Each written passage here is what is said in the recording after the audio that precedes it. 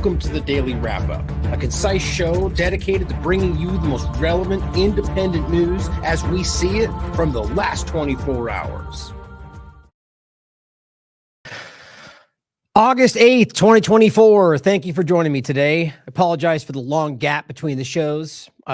Ultimately, you guys know that I'm dealing with a lot of stuff around the sides, but one thing I didn't think about was I've got interviews I've been scheduling, and then the days where I've been really finding the openings, I have to make sure those come out as well. And so there's been a sort of a gap here, which I'll tell you, I've seen some of the chats out there or people commenting how they're going through withdrawals from the Daily Wrap-Up. It is so incredibly hard for me to not get, there's so many things rattling around in my brain, and for it to not have the outlet to be able to discuss these things drives me crazy. And so today is going to be a lot of catch up. For a lot of the people out there that aren't kind of in the moment, day to day, keeping track of things, a lot of this still may be new to you. But a lot of this, for those that are kind of on that TLAV mindset, it'll be a little bit of catch up for the last so many days.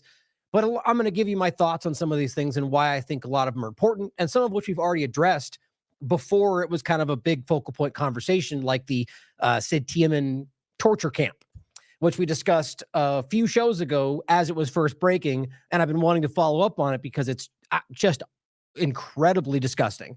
It's a shocking story. And it is incredible how it is even yet still, it's barely permeating through the mainstream conversation. It's one of the most disgusting things. It's not just, I mean, some of the things we've seen happening in Gaza, the killing of their own people, the torturous action, the praising of murder is just horrible. But this somehow is grotesque and a very specific. I guess it's because it's a deliberate act. It's a conversation of Israeli soldiers, whether by their own sexual desires or through just pure torture, and which again is just hard to even wrap your mind around, raping men and people in these prisons. And it's because it's coming out that it's systemic.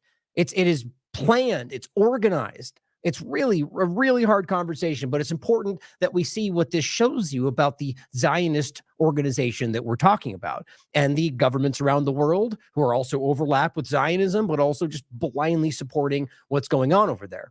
The United States chief among them. But today we're going to get into a lot.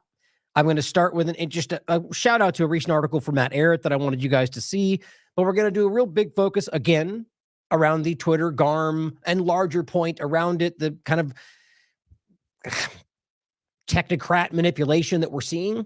It's really, it's this dangerous move. And that doesn't even do it justice, because for me, it's really about the two-party illusion, as always, and how this is yet another example of a long-term agenda. Interestingly enough, that Matt's article doesn't, I mean, kind of blew my mind today reading. He's such an amazingly intelligent person, and he is a historian and adds so much context to these conversations. His article is about the Olympics and the occult kind of paganism. You know, we've all seen the conversations of the Last Supper, and he does such an amazing job. And I'll show this to when we get started.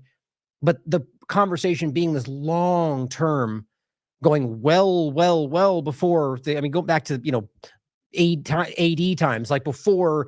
I mean, the point being that it's not just a United States government conversation. The idea of pitting two groups against each other, driving people into chaos to take advantage of that chaos. I also had a really great interview today with David Knight, which I'm planning on releasing that with my above phone interview tomorrow. And we got into a lot of that. And you guys are really going to enjoy this interview. He's a very intelligent man. And how clear this is with this whole Twitter, Elon Musk, the overlap of all of this, like the mainstream alternative media and the Alex Jones and the Tuckers and all this stuff. And again, the Thiel and Donald Trump and JD Vance and all of this kind of materializing in this really alarming way. And not through the partisan lens that they force you to look through when you want to see these things. All of them are on the same side. And that's the bigger point about how all this is being used. When we get into the Twitter GARM manipulation, I really want you to consider the conversation of how classic it is to lead the opposition, right? I'll give you the Lenin quote, talk about the whole thing of how historically this is a common tactic of infiltrating and then leading the opposition, usually to the ground. But in this case, leading it in a direction, like I keep saying, like the Pied Piper of the technocrats, leading the right into this conversation. But what we're going to see today in this back and forth, at least I want you to consider, question everything, including what we're talking about, whether or not both sides, but especially the right now, is being played by this conversation and driving you into sort of this binary dynamic where you think he's saving free speech, but he is essentially acting in the ways that they were saying that this would end up in. And be clear on this. In no way am I calling for censorship, as much as there will be people that might read that as what I'm saying. I'm not. I'm highlighting a similar problem that you might hear from that conversation, but I'll also add always that no matter how powerful, influential, or what, people have a right to say what they want, they have a right to lie to you. That's the truth. That's free speech, if we believe in actual free speech. And I'll make that point as well, that Twitter is not free speech. It's limited speech. And it's important that if you believe that this is the way it should be, or that he's saving all of these things, then just own that you believe in limited speech, or you're okay with limited speech. Everyone has a right to their opinion. If you're honest about that, I'll just disagree, but we can have an amicable conversation about that. But pretending it's free speech when it's clearly not is hurting free speech. In fact, you're doing far more than that. But we're also going to talk about the ongoing issues with Gaza and Israel and many other angles of that I want to make sure we're not missing. And just for the opening, I'll leave it there because it will be a long conversation today. There's a point again about the UK and overlapping that with Twitter that we'll get into. But let's leave it there, and I'll start with this I want you guys to make sure, this is a long article, and it's very heady. It's a lot of information, but it is so incredibly interesting. He entitled this Occult Olympics, Solar Deities, and the French Pagan Revolution. Matt Ehret. I'm not even going to try to explain this in just one quick opening. There's so much information, but the few things that really stood out to me were kind of what I was saying in the beginning, that you can see this going back. And what David Knight and I spoke about today is that the one thing that stood out in that conversation that drew me back to this article was the idea that we're watching this two-party illusion divide and conquer conversation. And as David and I were highlighting in this around the Trump and Thiel and J.D. Vance and Tucker and Alex Jones conversation, that we're being driven into this to cause this chaos, as we see clearly coming to a fever pitch right at the election.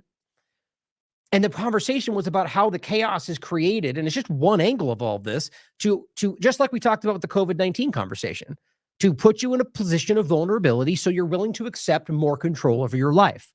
And this is exactly what I see playing out. And I made the point that Matt makes well in the article, that talking about the French Civil War, because a lot of this goes back to Paris and all the paganism and the history, which overlaps with the Olympics. It's a fascinating conversation.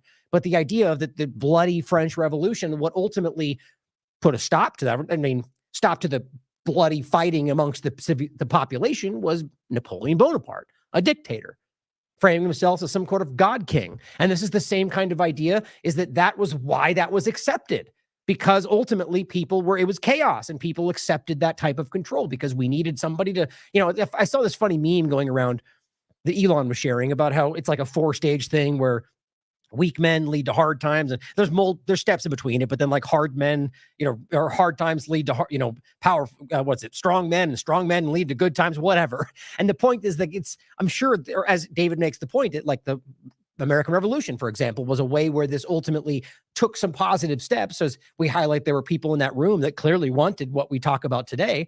But the idea that in most cases in history, that's shockingly, obviously not true, where it ultimately hard times led to dictators and authoritarian control. And yeah, they sure wrote their own history as saving it's like pretending Winston Churchill, some kind of amazing figure. He was a terrible person, like a lot of people in history that we pretend are fantastic people. But when you're in that position, it's really great to make it seem like those things make sense when you're Pied Pipering them right into the new version of just that. Make sure you read this because it's really important and mind-blowing. I also wanted to point out a couple things that are we're not going to get into for the larger show today. Well, one, this was just in relation to the Olympics. I thought it is objectively sad, as Matessam, from a journalist on the ground in Gaza, points out. Goalkeeper Mohammed al-Sulabi was killed by an Israel bombing of his house in Khan Yunis, the safe area. This was in the 7th. And the sad point is that this person would be in the Olympics had they not stopped that, had they not continued to commit this genocide and the world continued to look away from it. So, and aside, instead of being a athlete performing at the peak level of athletics, he's killed because Israel doesn't care, and because your government blinds you to what's going on. It's very sad. But also on another, like I'm not going to get into today in regard to medical freedom in this conversation, I just thought this was interesting to point out. This and then two other things that are old that I want you to remember. We've talked about this a lot. In fact, I should have brought up Robert's article. I forget the title off the top of my head, but it's Robert just, oh, I think I know what it is. Hold on. Yeah, there we go. And this is important. Robert just talked about this. And the reality is we've seen that there's disease exploding all throughout Gaza because it's manufactured. Don't forget, Eric Prince proudly told us that he's the one that gave them the technology to flood underneath Gaza, despite that being something that we're not supposed to talk about. And it's deliberately causing illness. They've praised it. Their own people in their Knesset have said publicly that this is important. We can let this happen because it will help us win. That's impossible to decouple from what now becomes making it happen, which is obvious, verifiable. Read the article. It's powerful. Israel's deliberately causing the spread of infectious disease in Gaza. The numbers are mind-blowing. Mind-blowing. Millions of infections. The WHO just put out a report. Hundreds of thousands of examples of diarrhea and scabies. It's just overwhelming. Those are the people that are alive. How incredible that is. How shocking. And that's part of the story we're not hearing. Well, this leads to exactly what you might expect. As I wrote, problem, reaction, solution. Well, the World Health Organization has announced that it will be sending more than 1 million polio vaccines to Gaza after the virus was detected in wastewater amid Israel's ongoing onslaught. This is wild, by the way, and this is not to argue these things are in their benefit. I don't believe that. But Israel, at least the narrative was they already started giving these to their people, but didn't give it to people in Gaza. It just shows you how ridiculous all this is. But for all we know, this is people acting in what they believe is right. My point is, I don't trust this for a second. Based on what just happened, based on all of this clearly driving in the same direction, my skepticism here stand up on this is everything we should be skeptical of. Causing the disease and then treating that with things that we're already very skeptical of. Let's not forget that the polio conversation before this was already proven.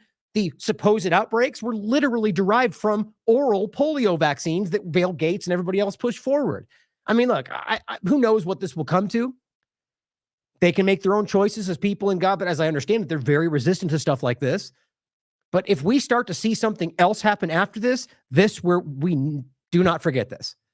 It worries me a lot because these people are already suffering. I mean, and also let's not forget, do you know who this is going to go through? Israel.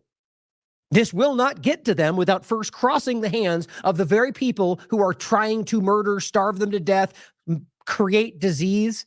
Who knows what they're going to actually get if this is even something you think is right? Maybe the one they give them is something else. I mean, this is incredible that we act like this in any way makes sense. But I'll leave it there because it's a different topic from today. But it's alarming. It's alarming to see how this stuff works out. And by the way, let's not forget, just a couple of things I saw in passing, looking through old links on my bookmarks. This is from January 22nd, 2023. Just want to remind everybody that peer-reviewed science has now found that at a global level, pre-vaccination infection fatality rate may have been as low as 0.03 and 0.07 for between 0 and 69, but basically 0.07, and then for under 59, and then I said it backwards, 0.03 for under 59, 0.07 under 69. In general, all of it being shockingly less than the flu. And the point there on top of it was that is for 94% of the population falls under those ages.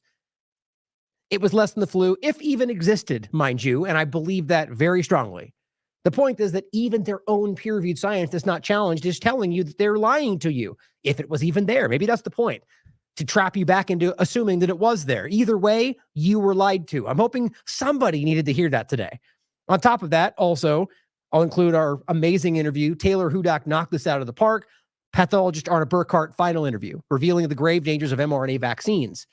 Just the Twitter post alone has 137,000 views. But still, within some of the higher hierarchy of the mainstream alternative media that are pretending they're fighting COVID, this is not even talked about, despite the fact that this is a very important interview that nobody else has.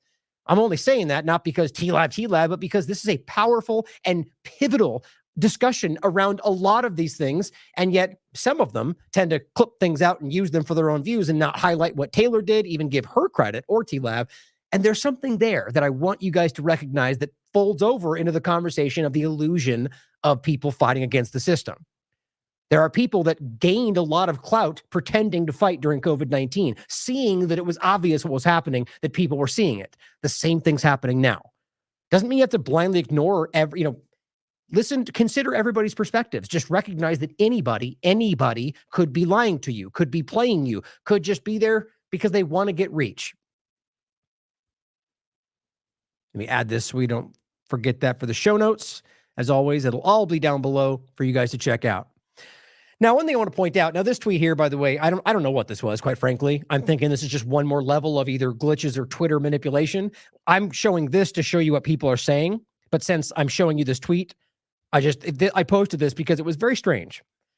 People were sharing stuff from TLAV, and apparently it was only for one day, and it was duplicating everything. And so what happened was the links would end up merging, and you got a 404. And you wouldn't notice that when you were sharing it. Just kind of quick share, and it went out, and you just kind of looked like it was there, and then was going to a dead link. Now, that's not why I'm sharing this, but I can't stop seeing all of these weird, selectively angled, free speech things on Twitter.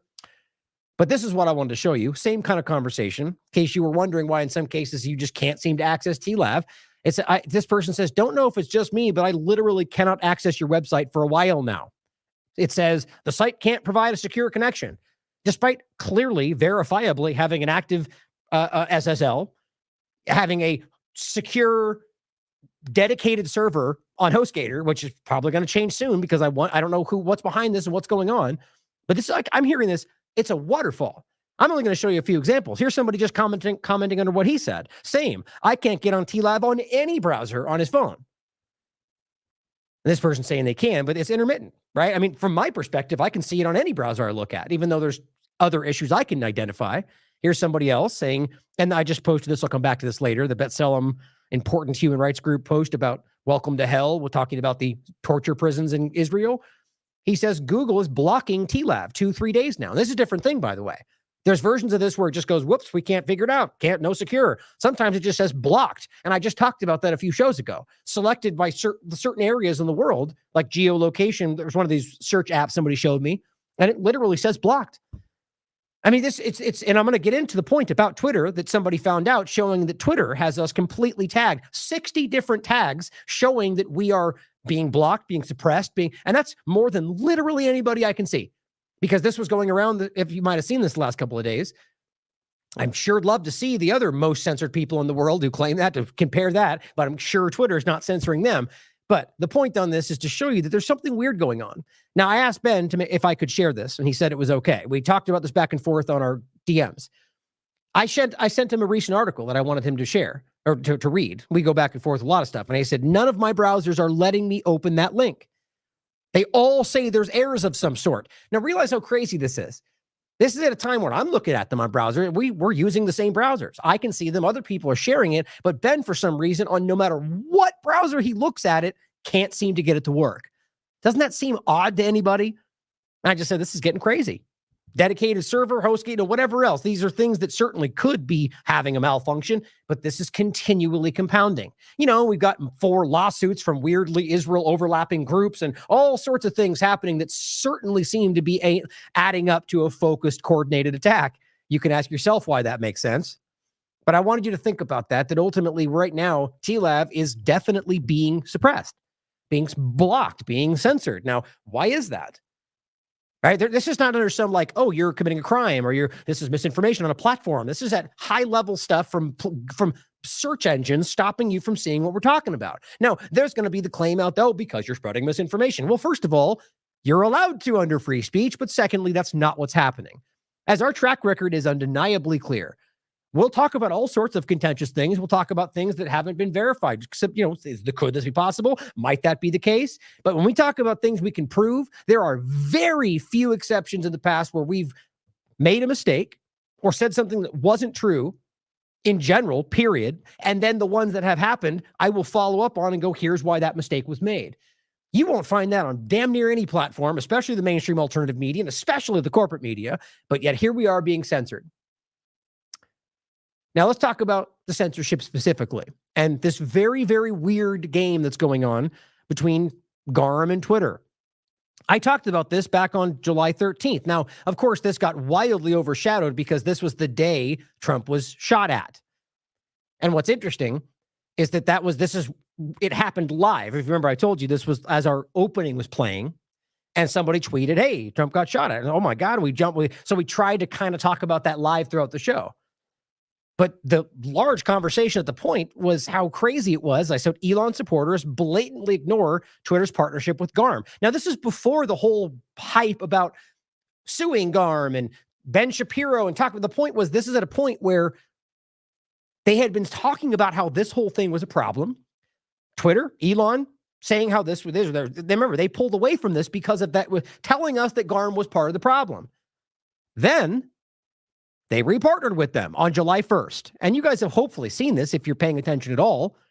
We're excited to announce that X has reinstated our relationship with the WFA Marketers Global Alliance for Responsible Media, which is apparently the World Economic Forum's flagship product. That's exactly what we're talking about. How does that right there? How does that possibly make sense? Now, even if you think there's a reason for it, maybe you don't care, we're talking about a group, Elon particularly on Twitter, who said this is the problem. That's why we're stopping this. And then very quietly just repartnered with them. Like that right there should give you pause. Well, hold on a second. World Economic Forum supporter Yaccarino, did this have any effect on why you did this? Why didn't Elon care? When people were bombing this under his tweets. What'd you do? This is a problem. What happened? Nobody said anything about it. And here's anti-censorship going, what terrible news, as evidenced by this monster ratio. Obviously nobody wants this. Half of them are trying to pretend like it didn't happen because no, we can't, we have to ignore this because that'll make our whole agenda look bad. The other half were angry about it because that's contradictory to what we're saying, or rather the other third just didn't even know it was happening. That's wild to me. Then it progresses into the conversation of we're fighting this group. At that point, I'm going, hold on. Okay, what's happening right now? So first of all, they repartner with a group that's obviously a problem. Obviously, they don't want you to see, really. They posted it. Who knows why? Nobody's addressed it. And then all of a sudden, Elon's waging a battle against the group they're partnered with. And rather, to be very clear, not Elon, Twitter. X is suing GARM. How does that make sense? You guys can think about it for yourselves, but there's something very fishy going on here. Now, my opinion is that this is about creating this back and forth, creating the illusion, the justification, driving you in a direction to believe you're fighting on one side when really you're fighting one thing, or rather, you're not fighting with anything. There's only one side here that we're staring at. You're on one side trying to find out the truth, and there's not Elon over here fighting against the bad guy GARM. It's all the same thing. It is lead the opposition from within. Now, I'll just show, this is the quote, classic. And of course, this is not in any way supporting Vladimir Lenin. It's just always these dumb, it's just the words that make sense. The best way to control the opposition is to lead it ourselves.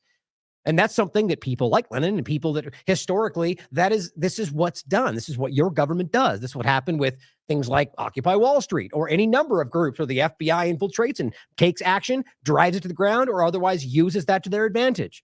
We've seen this with a lot of groups out there, or really just about everything. So thinking about that, James Lee, who we just had a great interview with around ADL, I'll show you that in a minute. He simply says, are we being gaslit? Posting the same thing. Like some people seem to ask this question, how does this make sense? Now, look, as always, maybe it does. Maybe there's something that makes this all add up. But weird how nobody wants to address it. And anybody you ask, they act like you're somehow attacking Elon. It's like, my opinions about these people, but this is a simple static fact. This is a thing that's contradictory. What's going on? Oh, you're attacking Elon. And that's very suspicious. Now, Jason put out a great clip about this from one of my recent shows. I recommend you watch this. It's only 4 minutes, and it goes over just the general part from the first place, showing you that it's a very contradictory thing. And then in this, they show you like there's people posting how that what they're working on, like GARM and net zero and sustainable development goals. Like there's just no way you make sense of this if you think Elon, right wing, free speech, blah, blah, blah. Now, Tim says, keep your friends close and your enemies closer. Now, you'd forgive me for going, that's a good joke. That's funny because that's what I would say, making fun of Q and all that, right? And I said, I hope this is a joke making fun of Q, because this is the argument from before. Donald Trump and, got to keep your enemies within or fight the inside, blah, blah, blah. And then that clearly did not happen. They turned out to actually be enemies because they are, or rather they're all your enemies, pretending to some of them be on your side. But John Bolton and Pompeo, these are the swamp guys. And so the argument, even though you may have wanted to, this is your way to believe that he wasn't what he clearly appeared to be. So you bet on that, but then clearly it turned out not to be. And yet here we are. And this is a real person who's actually saying that. So it's better to partner with the group that we're trying to fight because enemies closer or whatever. Yeah, I don't even know why that logically makes sense in this context. It's just a platitude. It doesn't mean anything with when you're partnered with that group, there's legal overlaps. It's not the same thing. But they responded going, I just watched it and what Q joke? I don't know what you're saying. I'm like, wow. So this is a blind hope that this is what's happening. Ignoring the contradiction, ignoring the lies, the hiding of this reality, the point that you're partnering with a group that you claimed was hurting everybody, and that's why you pulled away from them. But, enemies closer. Guys, it's a way to make yourself feel better about what's obviously not making sense and what you want to believe. This person says, X just announced a big lawsuit against GARM, right? So this is where it starts happening, where they're going, well, they're suing them. And this person rightly responds, how do you sue yourself? If you're a part of the group, how exactly are you? Now, you can certainly sue as a member, but that's not how this is being addressed. They're not saying, as a member of GARM, we recognize problems, and so we're suing. But it still wouldn't, I don't even know if that would even make sense, quite honestly. But that's not how this is being framed as Elon being not a part of this and going after the bad guy group attacking conservatives, which is how it's framed by Ben Shapiro and all the rest of them, weirdly, not ever pointing out that Twitter was a partner with them. Whether he's in front of Congress, because they're all playing the same game. Now, as I understand it, by the way, the lawsuit itself is pretty toothless. I've heard this from a lot of people that are very intelligent around legal, the idea of lawsuits and whether it has any real possibility of changing anything. And as I understand it, one of the core aspects of this, there's just no way that they could prove it.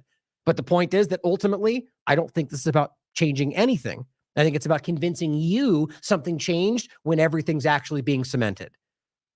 So he writes after the CEO of Google Rumble says, Google just found out that they can't rig the search market to exclude their competitors anymore. And by the way, I'm completely in line with the fact that what they're doing is censorship, or rather leading in a direction that's trying to suppress and hide and take action that I think is counter to your constitutional rights. But the argument from a corporate business level is the idea that these groups are collecting to take action that they like this idea that, like, for instance, it's a company, so they can take action they want. So it's not censorship. Well, that would apply in the same way in reverse. I don't agree with that, either side of that. I think your constitutional rights are something that must be respected, but it's interesting how the argument applies one way, but not the other.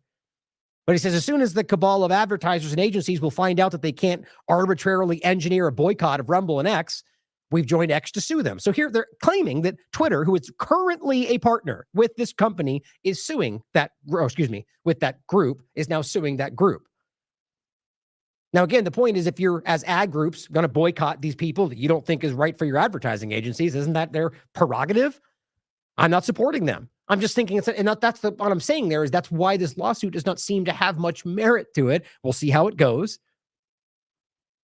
Rumble on the 6th says, breaking, Rumble has joined X to sue the cartel of advertisers and ad agencies, of which Twitter is a part. Twitter is one of those one of these groups involved in this organization. And I said again at the time, the only problem is they just partnered with them. This person says this is why they are doing this. And I know this answer has been seeded clearly into the conversation because everyone keeps saying the same thing. But so I said, let me try to understand this. You're saying that Rumble joined Twitter in suing a group that Twitter is partnered with, while Elon nor the Yaccarino have said anything about this incredible contradiction. How does that even possibly make sense? At best, you're assuming in the direction of what you hope is the truth. I find this crazy. And it says they caved into GARM, which there's no evidence to suggest that's what happened. That's just their wishful thinking about what they wanted to be. So it wasn't Elon's fault. You see what I'm saying? Nobody's addressed this, so we don't know that. Then it says, and GARM continued its boycott. So I get the argument would be that they caved. But then why would you expect them to change if you caved? The way that should have been framed is that you joined with the intention to change from within. But these are just narratives, and you can see how they don't even make sense in and of themselves. But now that they make a reasonable demand, they turn around and sue them. But it does not hold water. And it says, so we're just skipping over the extremely problematic part, which is that Elon and Twitter chose to repartner with a group that they just got done telling us were criminals and then hid that fact, or at least didn't publicize it, all while acting like you're leading the fight against them? How does that is how the scam works. And he simply says, let's see how the lawsuit pans out. I'm sure that Musk reserves his rights. I'm sure whatever the assumption is to make you feel better about what they're doing. But I agree, though. Let's see how this pans out. And if it ends up where nothing actually changes, despite all the narrative I'm sure was built about how it changed the world, then we need to ask whether this was what it looked like, which I think it's quite obvious that's not.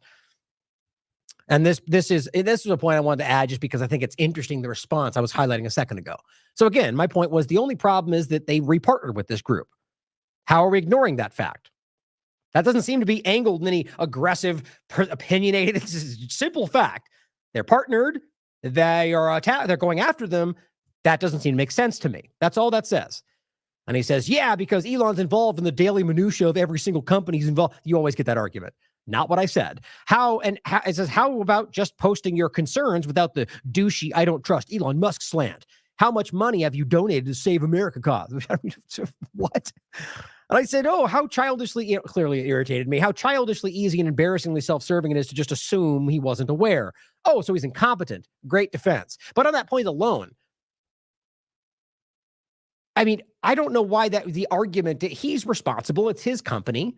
And even if he's not involved in it, the point is not about Elon in particular. It's about the fact that Twitter is joining a group that they are claiming from even Twitter's side were a problem before that. But then the idea of saying,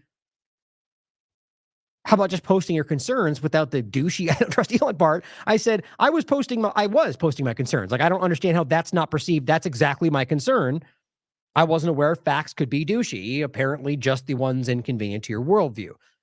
Apologize for the crude use of those words. But it's amazing the response, isn't it? Inside Paper reports on the 6th, Elon Musk declares war against an advertising industry coalition and its members, of which X is one. So explain for me how Musk can sue the members in the coalition that he is a part of the members. And it says X files federal antitrust suit against GARM. X, not Elon, Twitter, which is the group part of GARM. It's amazing. I just don't get how people aren't making a big deal about this in the comments. It doesn't logically make sense. And then he says on the 6th, and this is in regard to somebody going, Financial Times said Elon would fail to save Twitter. Now they're saying that it's the largest and most influential platform. And he says, a dish best served cold. I guess revenge or whatever that's supposed to mean. And I said, or another way to look at this, and this is what I want you to consider, is that the establishment acted like they were against what was designed to be an important part of the next operation. And in doing so, drove all those assuming that if they say it, do it, the opposite's true, right into the lion's den. Now, certainly that might not be the case, but how is it possible that we can't stand back and ask that question? Some people, anyway. A lot of these are the people that were the most skeptical about the smallest changes in things during COVID or anywhere else. But now you've got a lot of reason to go, that doesn't really make a lot of sense. And we stand back and at least consider that this is a engineered concept or engineered direction, right? Clearly, they said Elon's going to fail. We have to step in and support Elon because if they say he's bad, then he must be good. This cannot be where we're thinking. Certainly could be. But now I'm thinking that if they drove you into the position to be in the thing that they said would end up being the problem, and then you've got Elon driving this thing in the direction that they said he would, maybe ask whether that he's the driver of the bus of the agenda to make you end up being what they're claiming you are, even though you're not that right now. Then they can turn around and take action in the same way. That's only one small part of all the way this ends up. Or he's just not aware he's doing it. It's all going in the same direction. Now, the CEO of Rumble says the World Federation of Advertisers is shutting down GARM after Rumble and X filed suit against them. What are they hiding? Now, I haven't been able to confirm if that's actually what's happening, right? They're shutting them down. But either way, let's think about this for a second. This almost makes my point, and not in a provable way. It's all just because the point is all unverifiable. But if the whole thing was meant to make it look like this was a big war, even though he was on their team, and all of a sudden they shut it down after this kind of floating of a lawsuit that most people tell me really had no teeth, doesn't that seem a little bit too easy, too convenient? Now suddenly we won, it's over. And is the partnership still there? Is the group behind the scenes still there? Just because the front facing, the face of it seems like, again, just think about how this is seemingly a little bit too easy. And I just said, guys, for FFS, how can you not see that you're being played? They repartnered with GARM on the 1st, yet somehow both Elon and Twitter are fighting GARM. This is a special kind of willful ignorance, but I just don't think people want to see it. Now, of course, Bad Kitty Unleashed and a lot of people that just are, all about this we're winning mindset. Who cares if there's parts that contradict what we thought before? He says, maybe look under my account for a few things. I'm certain there's tons more. Essentially, Elon would eventually find out that GARM is linked to the Biden administration. Oh, okay. So if there's any tangential link to the Biden administration, that means they're bad. But if Elon partners with them, well, there's a reason that makes sense. So just shut up about it. Yeah, that's really objective, isn't it? Through its relationship with Publix and NewsGuards. Okay, so again, a tangential connection. Every one of these groups are problematic and terrible for free speech. And I'm not going to say for a second that Biden and everybody else involved, including Trump and Elon, everybody else are not involved in this, but it's amazing to me that this is the point. And yet we'll comment down below going, look, they're partnered with this group, and there's get one like and nobody comment, probably because it's being suppressed anyway. But he says, I'm the one who broke that they were World Economic Forum in November. Again, that's the point. That's who they're partnered with right now. Google, he says, is involved in NewsGuard and Publix, or I'm sorry, Publix, or how would you pronounce that? Publicis. And it says, and Google started most global censorship and is directly linked to Obama. It's all the right-left paradigm, right? It's only those bad guy lefties, the right, they're all there to save you and do all the good things. Just ignore history, though, because that won't line up. Just so incredible to me. Now, here's what Linda Yaccarino had to say on the 6th. Hey, everybody. I was shocked by the evidence uncovered by the House Judiciary Committee that a group of companies organized a systematic illegal boycott against X. That they're partnered with. It is just wrong, and that is why we are taking action. Today, we filed an antitrust lawsuit against the Global Alliance for Responsible Media, 4 of its key members, and the World Federation of Advertisers. These organizations targeted our company and you, our users. The evidence and facts are on our side. They conspired to boycott X, which threatens our ability to thrive in the future. So she's mad that they chose to try to moderate what they're doing. Remember that. Puts your global town square, the one place that you can express yourself freely and openly, at long-term risk. Obviously, that's not the reality. There's plenty of people that we'll get into are still being censored, and people that are suppressed and shadow banned, as she clearly promoted, and I'll play that next, right? But is this the global town square? Isn't that one thing that a lot of us in the liberty-minded community were telling you not to fall into that trap, that we should not allow that to be the reality? But ultimately, this is how it works. So if let's just even say you were kind of skeptical of that, but you believe Elon's fighting for free speech and Twitter's the best out there, so we should all of a sudden you're going, well, we need to fight this. We need to fight this. And inadvertently cementing in the reality that this is the town's global town square, and that's how it's going to. You're being played, guys. I really hope people can see that. People are hurt when the marketplace of ideas is constricted.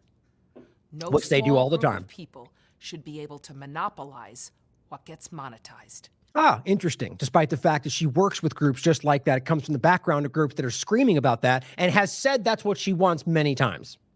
This group is no match for the power of our users. All of you. See, she's acting like you're doing this. This is very weird. She's trying to, emotionally draw you into this, thinking that you are the one fighting this. The very same users that have driven usage of X to all-time highs. I joined X because I believe in the power of the global town square. It's users like you, people of all backgrounds and opinions, who make X indispensable. You deserve... Of course, unless you are, angry that Israel's committing genocide or any number of other things, but those are not... Everything else, though, until something new tomorrow. An open platform where your views can be expressed without restriction and without fear. That's utterly false. She was the one that championed, as I'll play in a second, the lawful but awful, no shares, no reach. That's not no restriction. Like, how do we not see how wildly dishonest this is? To all of you who have been part of this transformative journey that we're on, thank you.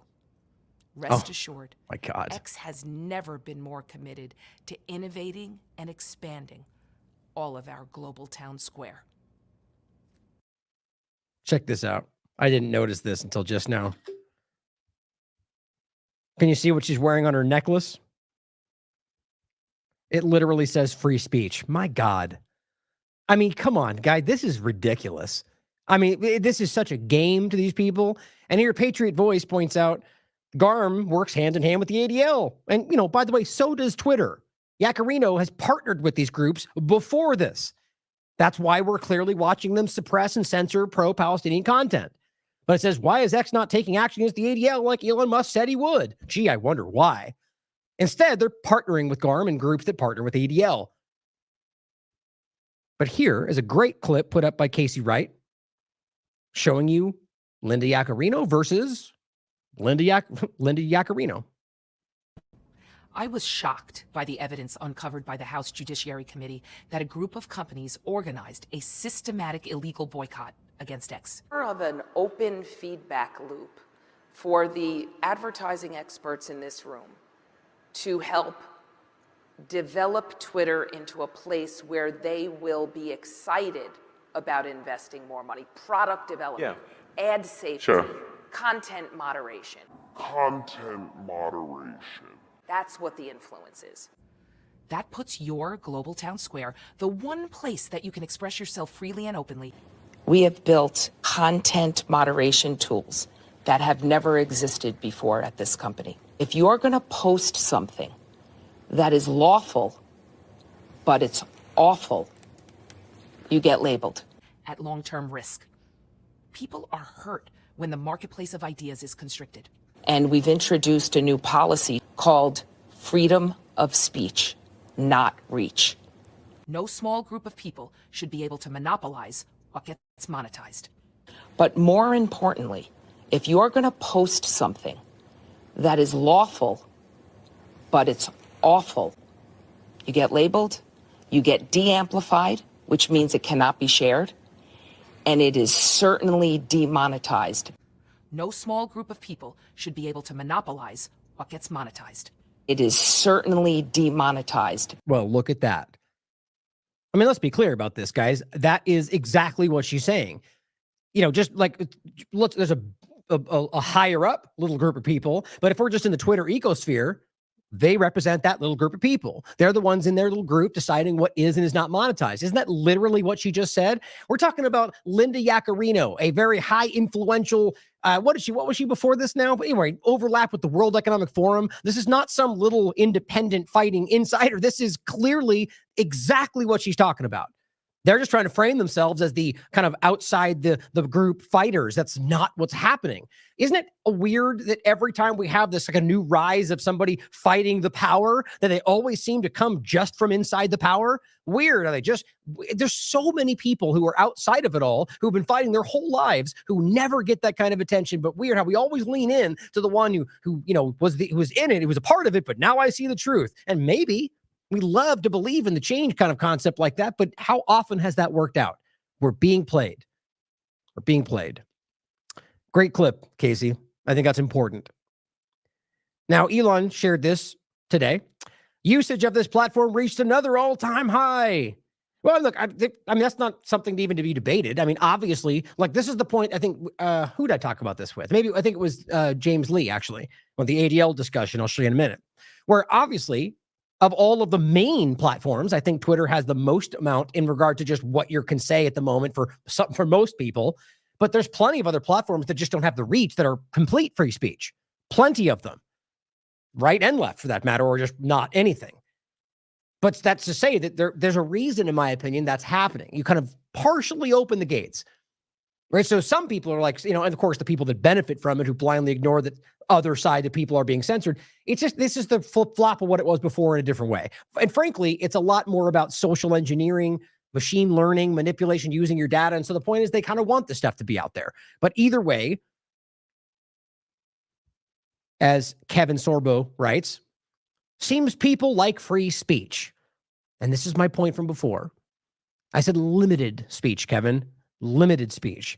That's what this platform supports. and conflating that with actual free speech, as you're all doing, you're hurting free speech. But I know that's not as fun as the fantasy you're all projecting. Now, this brings us into the point about censorship in very, very real ways on this platform. First, this is just one example. I could have pulled up countless examples, as you're all well aware. This is Nadria Ali saying, X deletes my content. I've had this happen to me before. The tweet's up, but the actual video gets deleted. It says, if you see this post, just comment, or even a dot. It says, let me see all pro-Palestinians here. The point is that they are censoring content, guys. Not under the guise that it was somehow violating things, just getting deleted, getting accounts removed. Suppressing is the main point. Downgrading everything, demonetizing. This is exactly, it's a multi-tiered agenda, and it is everywhere. But you may have seen this circulating. This is something I was actually pretty blown away by. So AIPAC Tracker posted this. Well, first of all, posted theirs. Here's how X is censoring us. Now, this was kind of beginning to go viral at this point. Somebody figured out, I actually have the breakdown from Kim Iverson did it to her accounts, and she shared the person that was kind of breaking down how this was going on. I'll show you in a second. But they basically figured out that you could take some snippet of information from your account, put it into Grok, and Grok would pump out, as it says, I'll just read what it says. It says, based on the provided code snippet and the account analysis, specifically at track AIPAC, is labeled with the following labels from the open source Twitter recommendation algorithm. And there were 15 of them. Abusive, compromised, engaged spammer, blah, blah, blah. All of these amount to some level of suppression, which is crazy. So I reached out and I said, that's crazy, man. Is there any way you could do that for me? And he did. And he says, so could someone sue X for false advertising? Oh, this is actually still theirs. This isn't free speech. I completely agree with that. But then he did mine. I said, take a look at this. Or just the same thing. Just this is what they did for me. So thank you for that first. And he said, check out how many censorship flags TLAV has. 60. 4 pages. I've seen this this has been going around the last couple of days. I have not seen a single person out there with this many on there, which probably won't surprise any of you.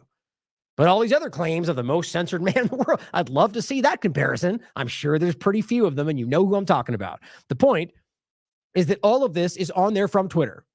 Abusive. This label is applied when the account is abusive? How do you even make sense of that in any way? Now, yes, I can give it back when people are being rude or crude or whatever else, but you will never see me just go after somebody for no reason. I guess maybe the worst you could argue is around the people that are posting false information around Israel and Gaza, like Elon Levy, for example. Well, I'll just make a comment to that, calling him what he is. But if you're going to pretend that that's abusive when what we see going on, and there are people in the left-right paradigm or foreign policy that are daily doing this, people in particular Zionists right now. And the point is, that's just one of them that suppresses this. Abusive high recall. This label is applied when the account is abusive with high recall, which I guess means maybe influence or reach. I'm not sure. But it says this label is applied when the account is a top user identified by spam detection. Oh, so now I'm spamming the platform. That's Agatha spammed a top user. Birdwatch disabled. This label is applied when the account is disabled for birdwatch. I don't even know what that means. Blink bad. This label is applied when the account is considered bad by Blink. All these different things. So how are we talking about over here, this bad group collecting to make all these decisions and suppress? What do you think this is? Compromised. This label is applied when the account is compromised. See, guys, I'm just getting arbitrarily tacked on labels that continue to, they're just one more added today. Just because we said the wrong thing here, give them one more label. Compromised. What does that even mean? How is it possibly compromised? Wouldn't that mean that they would do something about that? Take the account down? No, these are just arbitrarily labeled, in my opinion, to suppress your work.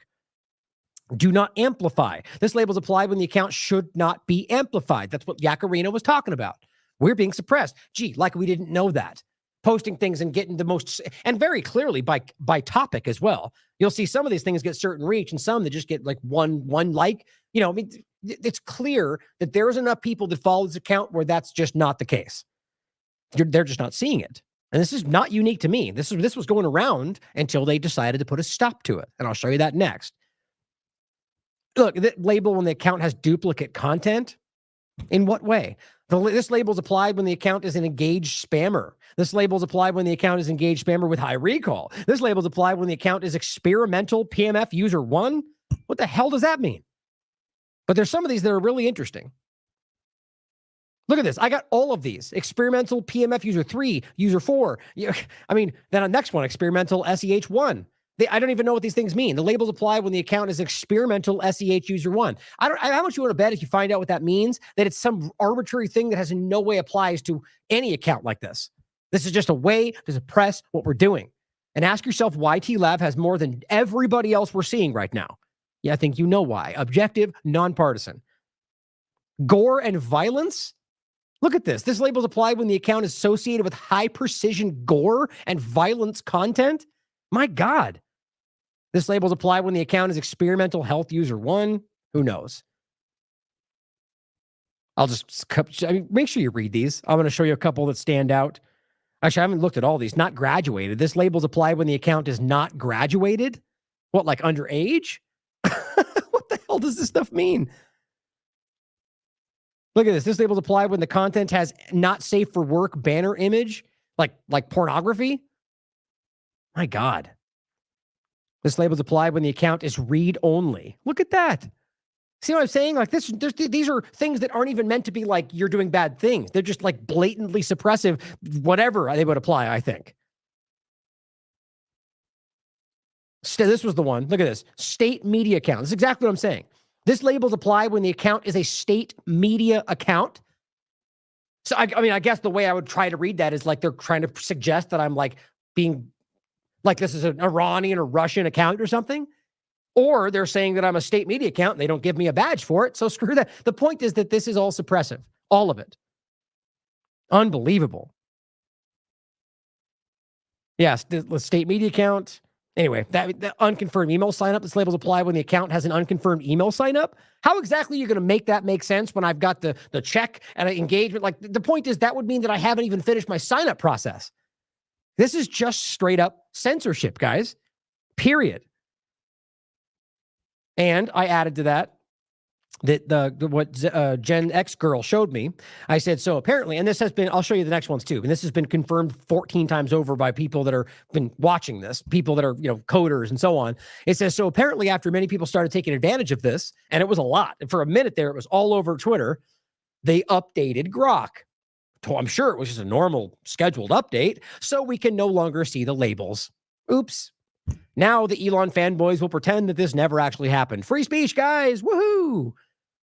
X updated Grok. So now and she shows the breakdown that you cannot run the algorithm check on your account anymore. Does that sound like what that shows you is that this was something people saw. They didn't want you to see it, so they took it down. That's how I read that, but you can decide for yourselves. Kim showed hers. Let me retweet that real quick, since it's important for people to see that I don't think a lot of people paid attention to or just probably got suppressed. The Twitter account, Kim Iverson, is labeled with the following categories. Look, she has 5 of them. 5. TLAV has 60. But look, it's the same point. Abusive high recall, engagement spam, NSF. It's the same stuff that doesn't even remotely apply to what she's doing. These labels suggest the account has been identified by Twitter's algorithm as potentially engaging in abusive behavior, right? And this means that the algorithm has a higher confidence in these labels being accurate for this specific account. That's just wild.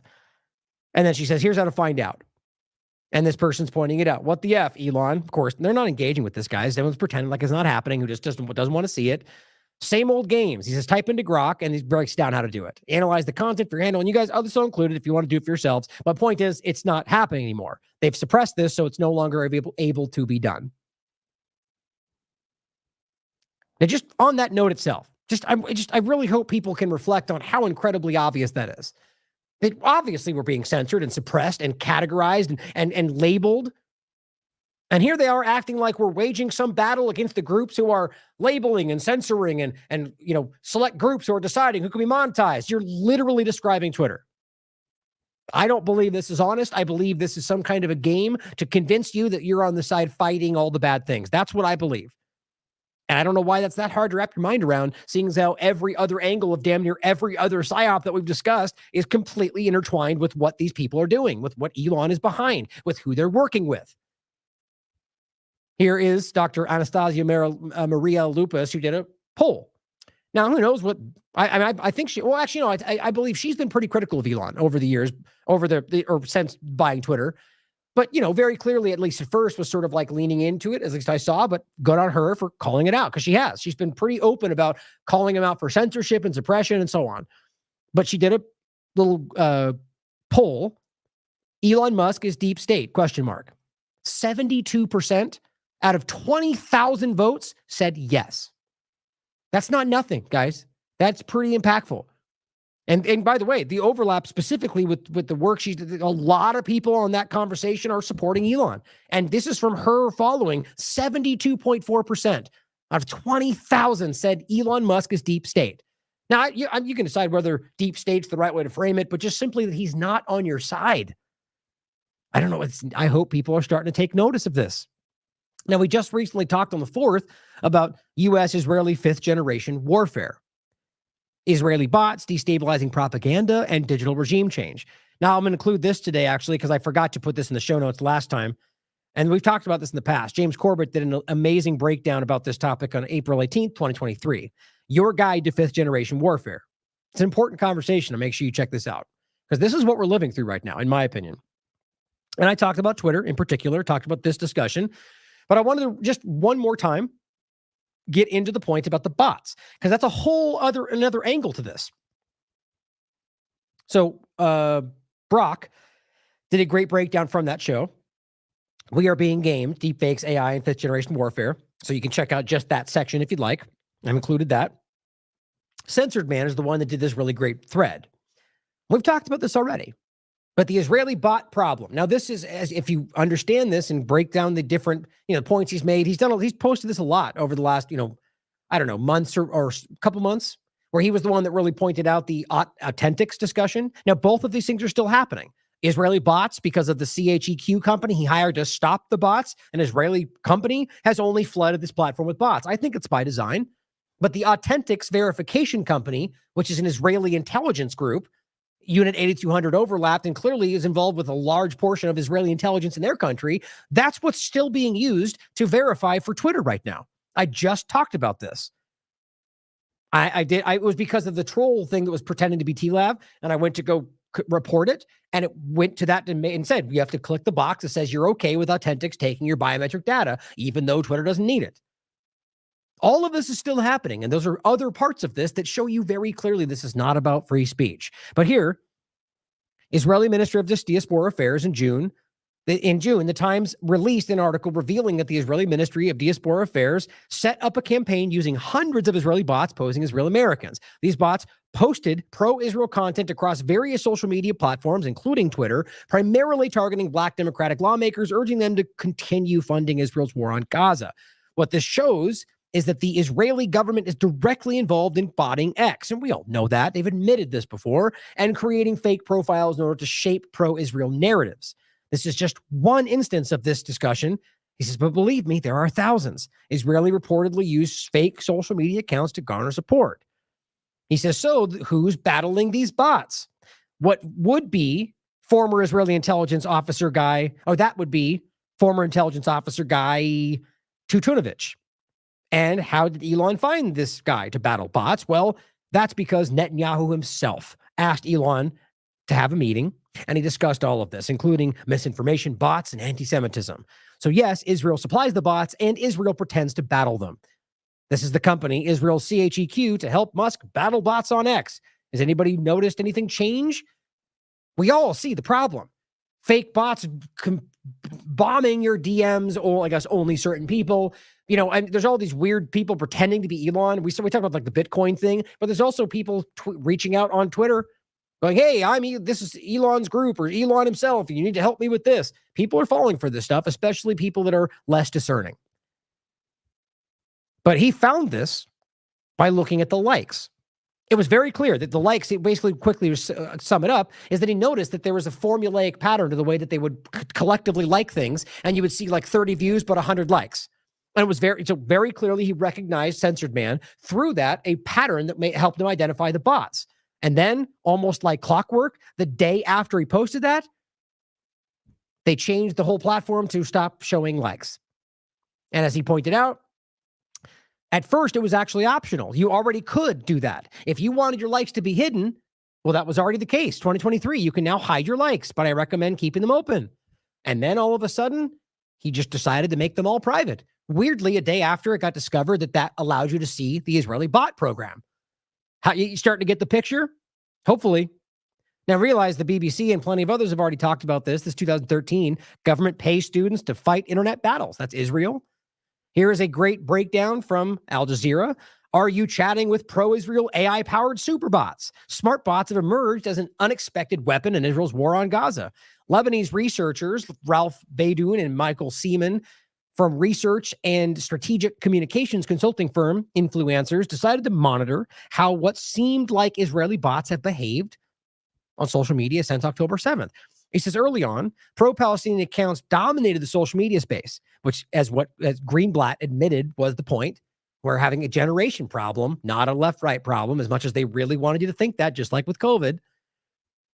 But all of a sudden, it exploded with a surge in pro-Israel comments underneath that pro-Palestinian content.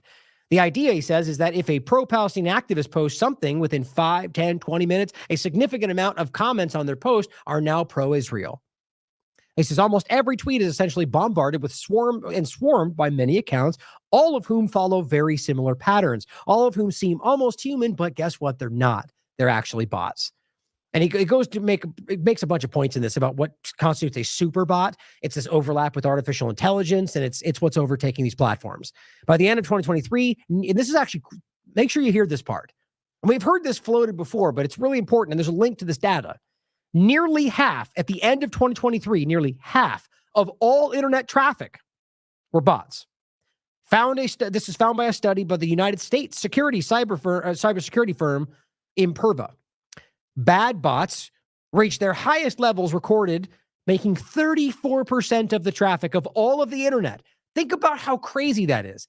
Now, bad bots meaning like the kind of things we're talking about. And then they overlap that with the good bots, which in some cases there are just kind of formulaic bots that serve purposes for, little functions.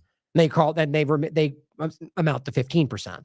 I just question whether any of these are good or whether we should question that. But even 34%. 34% of the entire internet?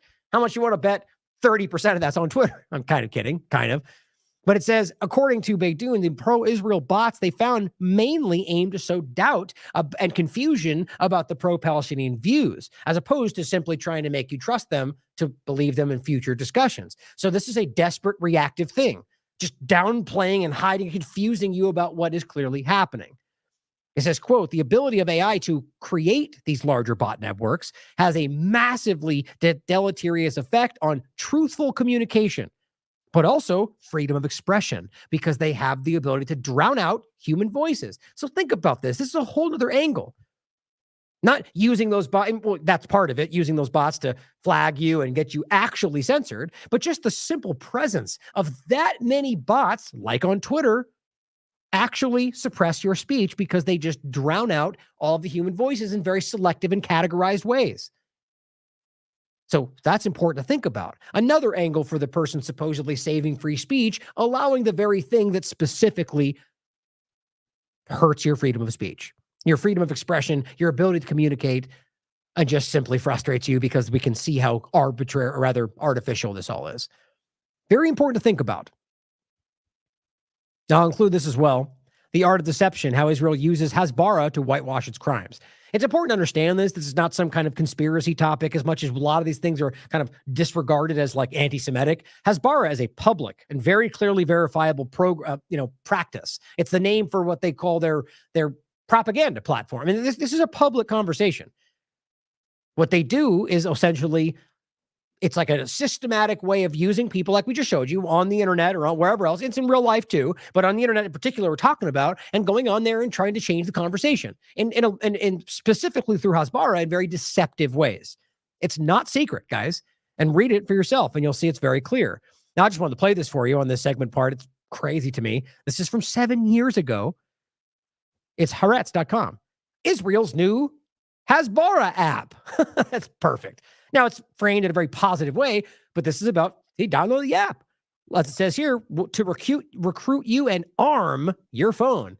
Yeah, join the war.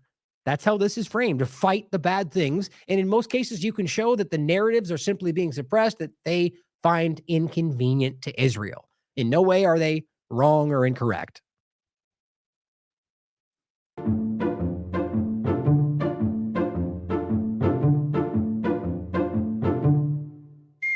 Want to defend Israel?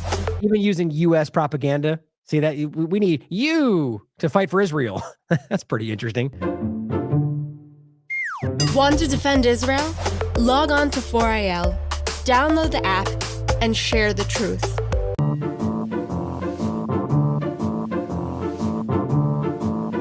Anti-BDS, of course. Again, so these are things that you have a constitutional right to participate in that they're suppressing.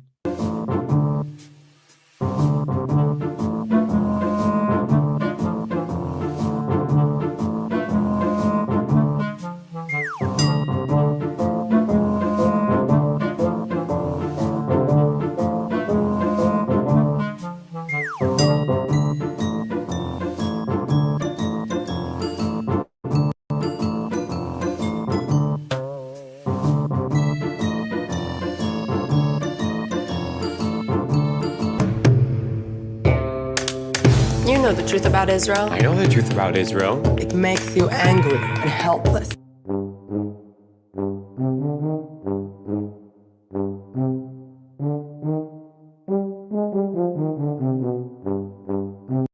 See, so simply even framing this, now this is sort of a critique in a way of it. It's Haaretz, but there, in a way, it's the background is still not like as really dark as this can be.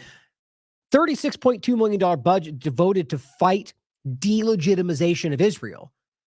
See, now you may think that in and of itself is bad, but what if they should be delegitimized? What if the reality is what you're showing is that they committed a crime? Here's how you can prove this is an illegal occupation, right? Well, then they're going to fight it because that's not what they want you to see. But it's true. And that's the crux of this whole thing, is that most of this is fighting uncomfortable realities that Israel doesn't want you to see.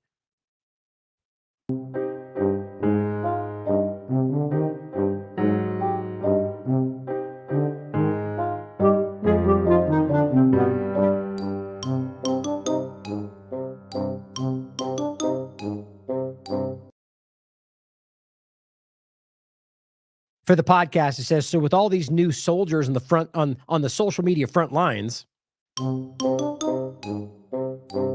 have to ask yourself, who's authentic and who's the troll, right? 7 years ago, Haaretz is writing this or making the video. Think about that. 7 years ago? Can you only imagine what's going on now? And they're working with Elon and Twitter. Pretty damn obvious. Now, let's talk about the overlap of this. The conversation with what's going on in the UK, so like a real world overlap to something that is, you know, and look, and let's just start with this conversation because there's, again, as always with these, and especially with the partisan angle, there's a lot of assumption. Now, all I'm trying to highlight with what's going on here is that people are being gamed. In no way is that suggesting that there's not an obvious issue with what's going on with immigration, which is the whole point. Just by saying that you're being manipulated is not to say that those are fake people or something. There's very clearly a problem happening, and that's being driven by people like the Zionist entities and Israel. This is not a racist comment. It's easily verifiable. Now, obviously, within that, there's going to be people that are committing crimes, and they should be dealt with. But to argue that everybody there, including the ones that are acting surreptitiously as pretending to be something they're not, to create the view that we're seeing today from a lot of the right-wing conversation, we just need to, the point is we need to recognize that there is a manipulation within that. It's just like with Venezuela and the caravan and the way that we pretended that Bolton and, I mean, everybody, Elliot Abrams, didn't openly admit that their actions caused that. And then we act like it's some, and then my point is through actions with Israel and others, this was a weaponized migration. Now, the point is that no one is suggesting that we should not be calling out the problems, the racism, including towards white people or the other way around. Those things exist. All that's to say that within that conversation, we are being manipulated. This is being driven by people like Tommy Robinson and others to very clearly at behest of a Zionist agenda. This has been wildly shown. Now, this is to talk about the overlap of how this is working and being driven from Twitter and Elon Musk in particular. Liz Churchill, clearly on Elon's side, says not only is the UK asking to extradite Elon Musk for meme crimes, which I don't know, I don't even know if that's true. I didn't see that anywhere, but certainly possible. There's a lot of ridiculous things happening today. But what I can see is the discussion around Twitter. So my point being that for all this is kind of stuff that gets floated that probably comes from some conversation, but look it up for yourself. If you find that, let me know in the chat. I wasn't able to find any discussion about asking Elon to be extradited, which I don't even know how that possibly makes sense. He's a South African. He's living in the United States, I think. But the idea that you're going to be extradited, I just didn't make sense, but who knows? But the point is about the idea of the UK, because of a lot of what's going on, censoring your speech.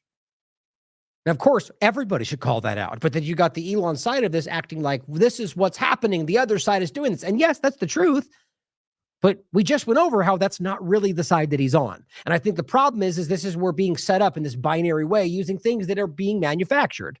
But using real people, by the way. That's the problem, is that a lot of these people are just people being used, and it ends up being the focal point of the hatred. And if you're doing that, you're the one being manipulated. But it says they're now telling people that they'll be prosecuted if they share any information on the current UK riots. And this is something we should be very concerned about. Now, this is the way this works. You drive this problem in a large way from Twitter as well, which they all have the right to do. That's free speech. But they drive this into reality, right? And then they allow them to crack down on this. They allow them to make these kind of actions that then it's a self-serving problem, self-fulfilling prophecy. So now they're in no way legally, in my opinion, shutting down people's ability to say or share things online, which is what they've been trying to do. And by the way, which Twitter in many ways is doing on their own platform. Right? So this is all part of the same game. And the World Economic Forum, which they're partnered with right now through GARM, has been screaming about this. And I'll make this point even further as we go along. But listen to what they're doing in the UK. This is a problem. And we should be very worried about how this is happening both in the UK and the United States. Matthew Thompson now to talk through this. So Matthew, the last point there is crucial, isn't it? Some people might be sharing simply to warn their friends, but it could be considered an offence because they're amplifying this. Absolutely, and that's the key message, is that however you think you're acting innocently on social media, whatever platform it is, you're just sharing something for whatever reason, that could potentially be a criminal offence. And look, it's not an idle threat either, because the Crown Prosecution Service were keen to point out that they've made a number of charges in relation to stirring up of racial hatred online, one of which this morning was for distributing a recording that could, intending to stir up racial hatred. And so they are actually already bringing charges in relation to this sort of thing. So it's a very, very clear message based in the harsh reality, if you like, that if you do this kind of thing, you are potentially committing a criminal offence. There he said it. They've got teams of people scouring the internet looking for this sort of thing. And if you are in the business of sharing or retweeting, whatever platform it might be, potentially criminal material, well, then you could find yourself prosecuted. Guys, there is literally no way that anybody could, nobody should support this. This is such an obvious overreach, no matter where you are in the world. The idea that by simply sharing something, like not even being behind even just first point is, if you put something online that they argue is somehow hate speech or whatever else, that's protected under free speech, at the very least in the United States. Right? The point, though, is that there's a lot of similar overlaps to what they point out in the UK as well. But then to argue that by simply, as they even point out, that you're going, hey, look at this. How about if you're going, hey, look at how gross this is. This is what we need to try and stop. Oh, you can't even point at it. There's just no way anybody could pretend like that is in anybody's interest but the government, about controlling, because it'll overlap to other things that next time you may not support. So my point is, I guarantee there are people out there that think that's good. Stop them from saying that because I disagree with that. Just like the right in many ways has done the same thing recently by good. Fire them because, cancel that person. We don't like what they're saying. They accuse Trump. They wanted Trump to get shot. The point is, all the paradigm does this. You rationalize what you agree with and act like it's okay because it's the right thing. It's very childish. The point here is that this is an Orwellian sprint in this direction. And we need to be very aware of where this is going. I'm pointing out, at least in my opinion, that we're the back and forth of this between the Twitter angle and really just the United States and right now at the right, this point pointing this out. I believe that this is driving a very clear agenda. Very clearly. And look, we've already seen how this is happening. Like the same thing with like the Venezuela conversation. It's very prominent how Elon and this whole thing has played a very clear role in how these things are going. And again, he has a right to say what he wants. That's not what I'm calling out, the fact that he shouldn't be, or rather that he should be censored for it. That's not what I'm saying. But it's obvious that this is a much higher level agenda than I think most people are choosing to recognize. Because, it's like, you know what it is? It's like we're set up to think that by pointing these things out, somehow you're on the left or you're fighting free speech. And it's just this binary game that's played. Obviously, you can point things out that are reality without being pinned to one narrative or side or the other. But that's how they do this. Now here, Josh Self highlights remember during Venezuela's, which by the way, I'm not going to touch on much today. Weird how that sort of just dropped off. And I think what's interesting is it's obvious that yet again, the United States embarrassed itself with trying to overthrow a legitimately elected person in some other country.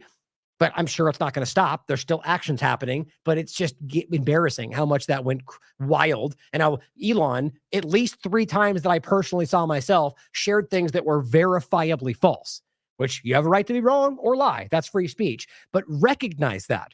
Recognize how often he amplifies things just because they align with the narrative, which, by the way, all of his followers are doing. Or that's mostly the paradigm, to be honest, left or right. That's Twitter files for you, convince you that screenshots were good enough. Just recognize how irresponsible that is, at the very least. And he highlights this saying, just Elon Musk, quote, tweeting the co-leader of a far-right party, Britain First, who is sharing a fake Telegraph headline. That's the only part I care about, because it's not real. And it's the same kind of things we keep seeing. It leans into the agenda, and it also helps, this is what I see in this, not just him sharing something without checking, but this promotes the agenda. This gets people on the right in this conversation going, oh my God, that's what they're going to do. We got to stop our immigration problem. We got to stop. We need what? And what does that lead to? Digital IDs. It leads to biometric control. It leads to all the things that if you may not think that now, but it's already happening. That's their solution, including the people that you think are fighting on your side. When in reality, it's you versus the government. But he says, seen by almost 1 million people in 15 minutes. Utterly dystopian. Then it says, over 30 minutes, Musk appears to have finally deleted the tweet. So he deletes it, no comment, no acknowledgement of misleading 2 million people, because who cares, right? I mean, you don't have to. It's your right. But I just want people to recognize how often this is happening. Now, the tweet itself, for the podcast, is a fake Telegraph headline that says, Keir Starmer, or is it Keir Starmer? Starmer, excuse me, that's going to sound weird. Keir Starmer, considering building, quote, emergency detainment camps on the Falkland Islands. Now, here's a good point to make about that ridiculous The People's Voice platform. It wouldn't surprise me for a moment that they would be building things like this, right? Or that we already know that there are certain things like this, the conversations in the United States as well. I don't think anybody would pretend that there's not the very real possibility that your government has built these kind of things in consideration that they may be losing control. That's clear. But there is no headline like this, and there's no verifiable evidence that I can see that this actually happening in this location.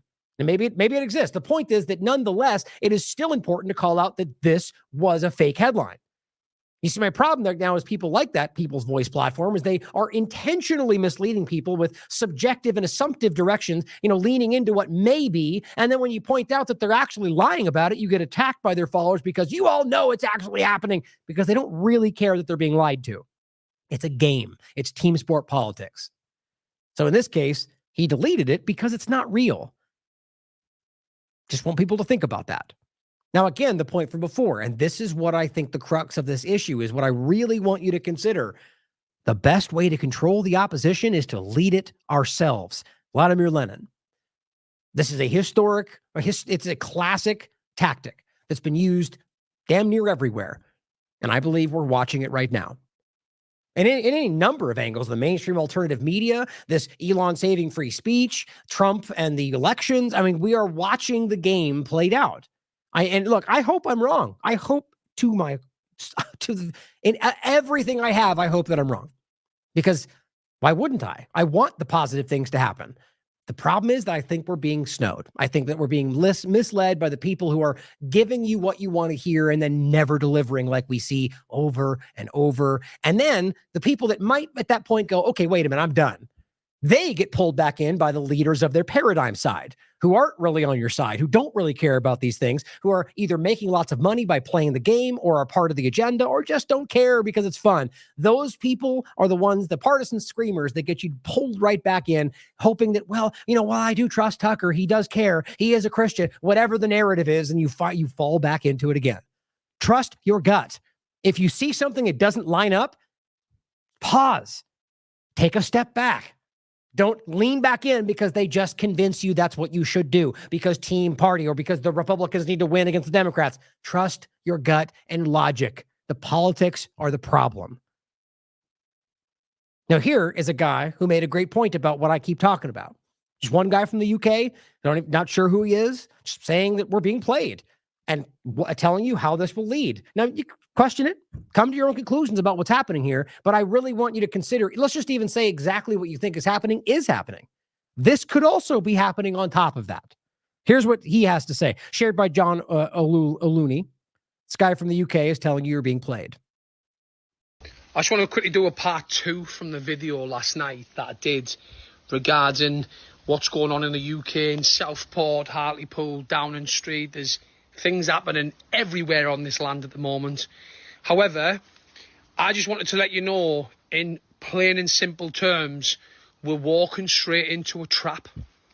Keir Starmer, the Prime Minister of this country, Jimmy Savile's best mate, went on TV yesterday.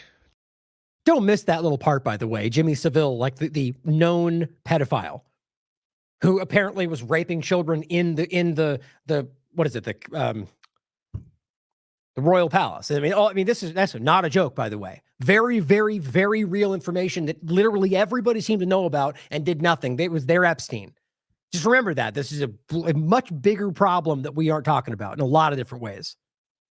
It went on TV yesterday, told the nation that this is wrong.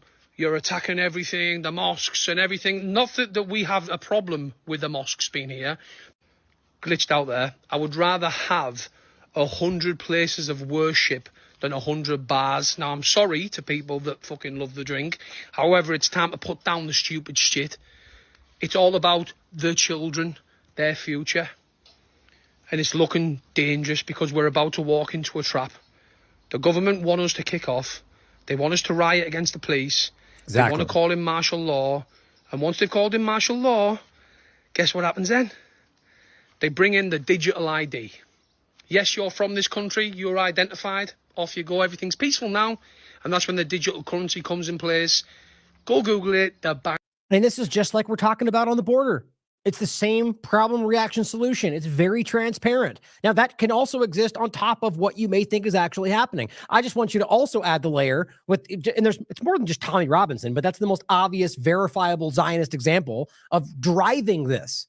Weirdly getting let out, and right after October 7th. It's very, very strange. The point is that nonetheless, you've got agent provocateurs who are driving this. And in many cases, we've already seen examples of people pretending to be like, this is the conversation you happen on anything you ever see like this, posing as the thing you think you're fine, whether it's an immigrant or whatever else, and acting as if you are doing. It's the same thing we see with the Zionist conversations, with the terrorist conversations, where people are pretending to be, terrorists. Then a lot of times we're talking about the CIA, the FBI, the Mossad, but whatever we're talking about, there's a lot of people calling this out. And instead, you got a lot of people within the paradigm, at least in this country, but also in the UK, who are making it about these people who have a different color skin. That's the only thing it is. We're being overrun, and this is the other side of our government driving this because whatever makes sense. I guarantee there's some level of overlap, but this is bigger than just the divide of your government. This is all our governments doing this to execute the next step of this phase. And it's being driven a lot, and I think easily provable by Israel for obvious reasons. Banks are shutting down left, right, and centre, but I'm not going to go too deep into it. I don't want to get this video removed, so it is for entertainment purposes, only TikTok. So guys, remember, we're walking into a trap. We need to unite, no matter what religion, no matter what skin colour, no matter where you're from. It's time to unite. Peace out and see you all in the live tonight. That's a good message, right? That's what we should be doing. And look, let's just even say you think all of that and whatever your political side is. If you actually believe the idea of uniting regardless of your differences, well, then that's different than what you're hearing from anybody in the paradigm right now. You're being played. Two-party illusion. I hope we're paying attention. Now, this is just doing the same thing. Whites need to be shut up and be replaced, right? And the point is that's not even remotely what we're talking about. Right. There's clearly a level of these. Again, the guy hasn't watched our show. We've talked many times in the past about the acceptable racism towards white people in the conversation today and the suppression of these. We've talked about this plenty of times. The problem is that people only want to see it through their partisan lens and can't recognize that things exist beyond the one side or the other dynamic. Now, this is interesting. Wired put this out yesterday. Elon Musk accused Twitter's leadership before he took over of tipping the scales politically. But now he's doing just that with X. Again, people are already like people that see this through a partisan lens, I argue, are very careful. Oh, I don't want to lean into that because that means I'm the lefty fighting the free speech savior. But if you remove yourself from these childish perspective, the idea that it has to be one or the other, obviously this is happening. That's just an objective fact. He is clearly using this platform to benefit, which maybe it's his prerogative. It's his platform. He can do what he wants. But just it's important to recognize, yes, he has the right to do these things, but is this something that the bottom line is it something that is concerning to you? The idea that he is influencing very, very large conversations. First question by itself, does that bother you? That he's able to use this power to manipulate perspectives and global elections, giving checks or not based on people's certain, like with Maduro, for example, despite the fact that he won, is currently that they have removed his check, which who cares, frankly. But the point is that does have some level of influence. But then the real question, let's just say that bothers you, but really whether or not, ask yourself whether this is more than just him doing it for his own reasons. Does it worry you? Does it bother you? Would it be a problem? Would it be illegal if it turned out he was doing this on behalf of a government? Yeah, that really does change the conversation, doesn't it? This military contractor immersed with the conversation of the Great Reset and everything else we should be worried about that the right was screaming about during COVID-19 suddenly can't see it. Sort of like when Trump was elected and rolled out all the things that if it would have been Clinton or if it was Obama before him, the right would have lost their minds. But Trump, well, suddenly it's okay because he's our side, he's our guy, right? So you pacified the constitutionalists, you pacified some of them anyway. It's the same thing here. But this is going to continue. And no, I'm not asking for him to be censored or for anything else to happen. I just think it's important to recognize that we know there are overlaps with very powerful entities, Netanyahu included, and we need to ask whether that's what's going on here. I believe that's what's happening, clearly. Venezuela included. Now, here is what the WHO said, the UN, about censorship, misinformation. And this was posted on the 20th September 2023. Now, the reason I'm playing this now is because it's about global misinformation and how we need to stop that. So you're already framing this as sort of like a war for the globe.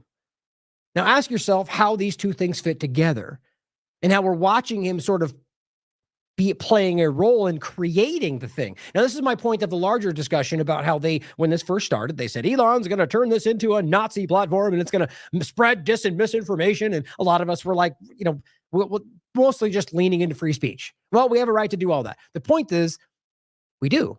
That's free speech. But he is playing a role that I think is designed to drive you into a position that is far more flagrant.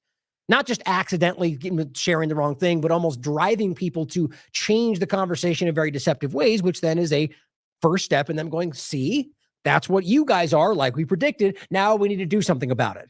Now, that may not worry you if you think that he's going to protect you, but I don't think that's how that's going to work. I think it's about driving us into a position where that becomes the justification for the action, which drives you into the next phase. And I guarantee it's going to be a way that makes it seem like you chose that.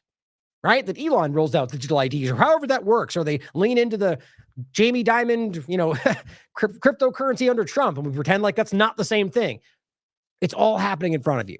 And I think this is the picture that they're driving in, at least the creating the justification for why this kind of thing needs to happen. And we should all be fighting this from his side and from the global side. Digital platforms are being misused to subvert science and spread disinformation and hate to billions of people. This clear and present global threat demands clear and coordinated global action. Our policy brief on information integrity on digital platforms puts forward a framework for a concerned international response. And that very document you were just holding up is one of the main parts of what we're talking about with GARM. So right there, you can see the conversation of them outlining this problem we need to stop. And this is the GARM kind of solution. And Twitter has now twice partnered with that very thing. And the World Economic Forum and so on. Right now, as far as I could tell, they are still currently partnered with them. Kind of hard to see that as sort of like two arms of the same, this is the two wings of the same bird conversation. It's what this is, at least in my opinion. Now here, Glenn Greenwald shared something that I think is important coming from the left of that illusion paradigm. But the point being that this is what's being driven, right? And in my opinion, at the very least, this is the Kamala Harris administration conversation, laying out the very easily proven that what he's saying is false. 100% easy to prove. What he says here is patently false. He's saying that you're not allowed to spread misinformation. That's not protected under free speech. It is explicitly protected. That's the reality of what free speech means. But let's be clear, you could accidentally be wrong. What he's trying to say is that's not protected. You're going to be, it's a crime now when you make a mistake. Like it's actually either very, very deceptive or just absolute stupidity. Probably some of both, but something tells me he probably doesn't even know that he's wrong. And that's even more terrifying. But what I'm saying is this is being set up in a way that's stupidly obvious to where Elon and the rest can play the role of the one saving you from this thing, but in ways that actually cement you into the same problem. But here's what he said. It's a very short clip.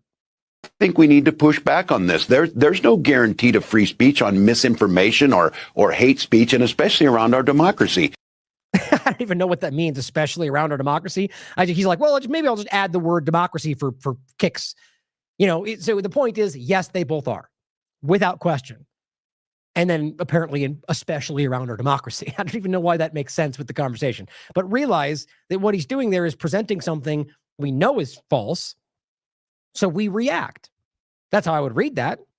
And clearly, as Glenn writes, that Tim Walz falsely believes that free speech guarantee doesn't include what he considers to be misinformation. And that's a good way to frame that, what he considers to be.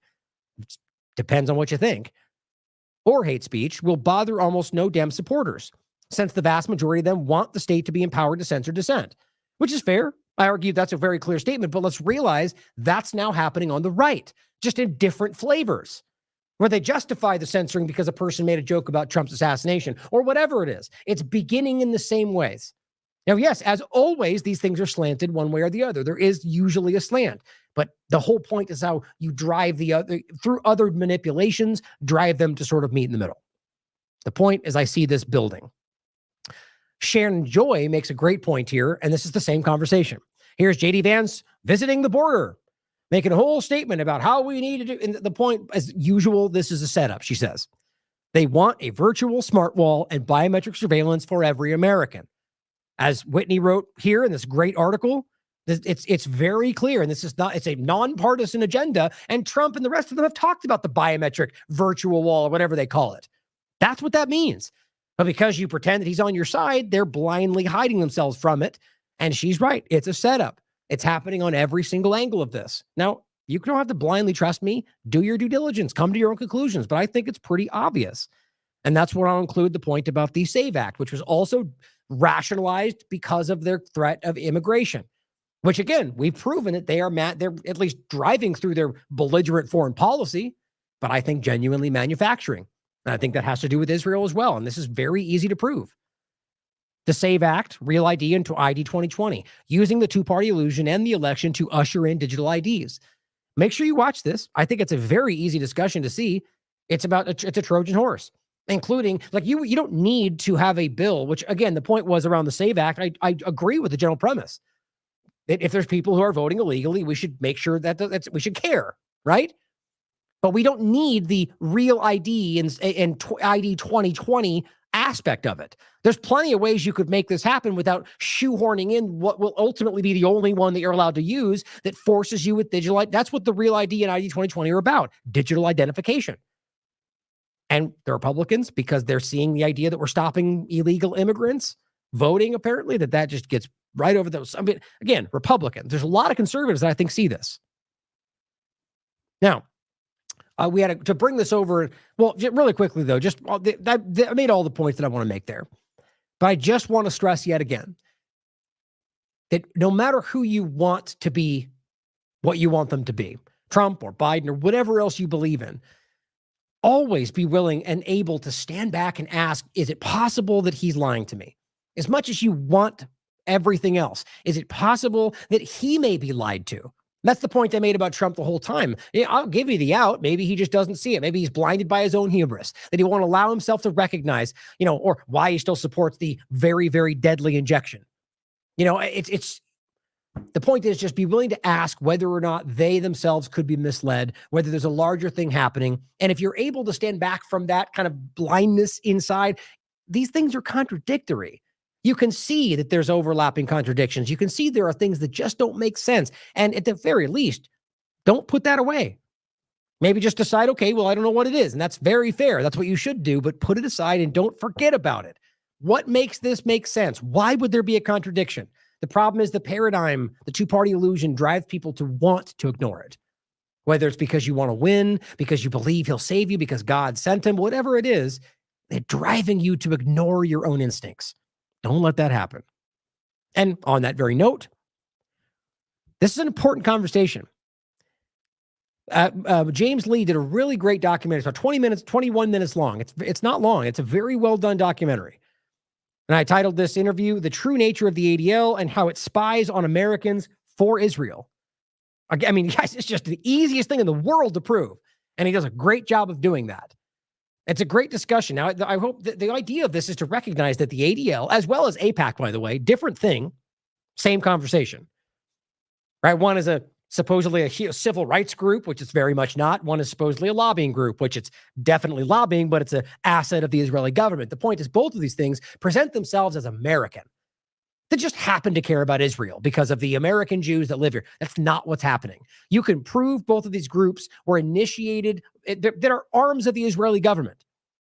And that's one of the things we get into. It's essentially an Israeli spy organization that you can prove have been and currently are spying on Americans for the interest of a foreign government, who are training CIA, FBI, local police, or rather more specifically overlap with the CIA, train the FBI and local police. That's all on the record, and have provably taken your information and given it back to Israel. People have called this out from the U.S. government in the past.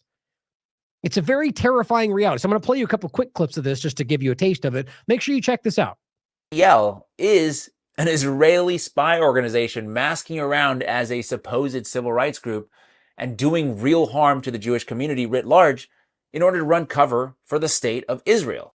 Also have the power to monitor social media activity across all major platforms and change social media algorithms the way they see fit.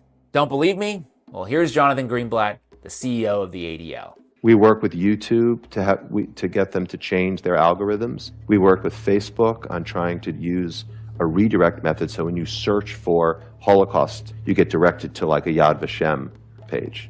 We opened a center in Silicon Valley back in 2017. And the woman who runs it, she's an ex-Facebook executive. I have software engineers and data scientists working at ADL. We're monitoring all this stuff, and we're working with all the platforms, by the way, Google and YouTube and Meta and Twitter and Reddit and Steam and Amazon, all these companies. From like Apple to Zoom, we work with all of them. Some might call that a conspiracy fact.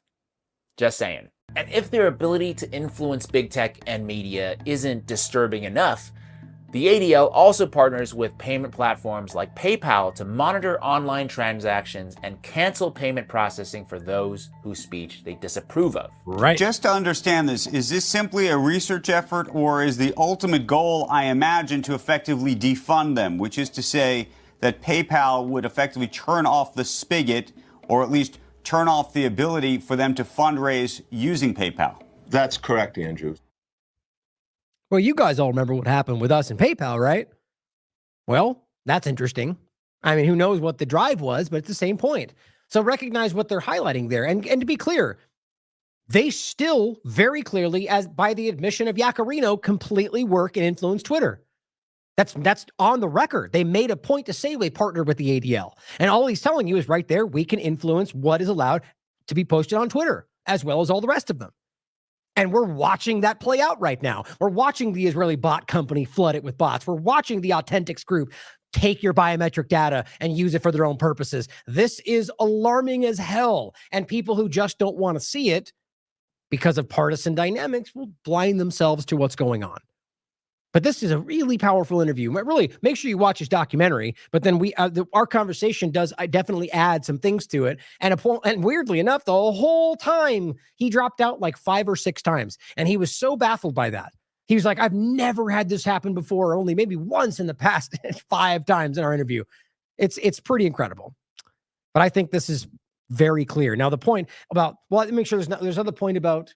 I'll just make sure you watch it. There's a lot of points about the overlapping problems of the ADL and the influence and the suppression. And really, there's when we talked about the influence, the stated, I have the actual leak that I can play for you, but I think you've all seen it. It's in the discussion of Greenblatt getting caught on a leaked audio where he says that they have spies inside of American Jewish organizations like Jewish Voices for Peace. So now you've got an Israeli foreign entity with spies who are spying on American entities and giving that information back to Israel and then taking action, and sometimes violent action.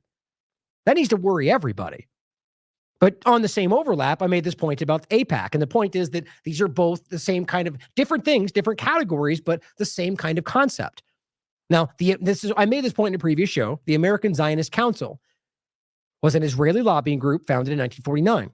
It was founded as a tax-exempt umbrella organization of American Jewish groups, which focused on Israel and included the Zionist Organization of America. So founded by Israel, in Israel, for the United States interest. Its Washington representative, still very clear, was Isaiah L. Keenan. Keenan organized the unincorporated American Zionist Committee for Public Affairs, the AZCPA, in 1951. Following its independence, AZCPA began involving American Jewish organizations, not formally committed to Zionism in order to increase its credibility and separate itself from the American Zionist Council's role as a middleman for the Israeli government. Then, guess what? AZCPA was renamed AIPAC in 1959. But let's have them scream at us how it's totally an American organization. It's not an Israeli plant. It's effing right there on Wikipedia.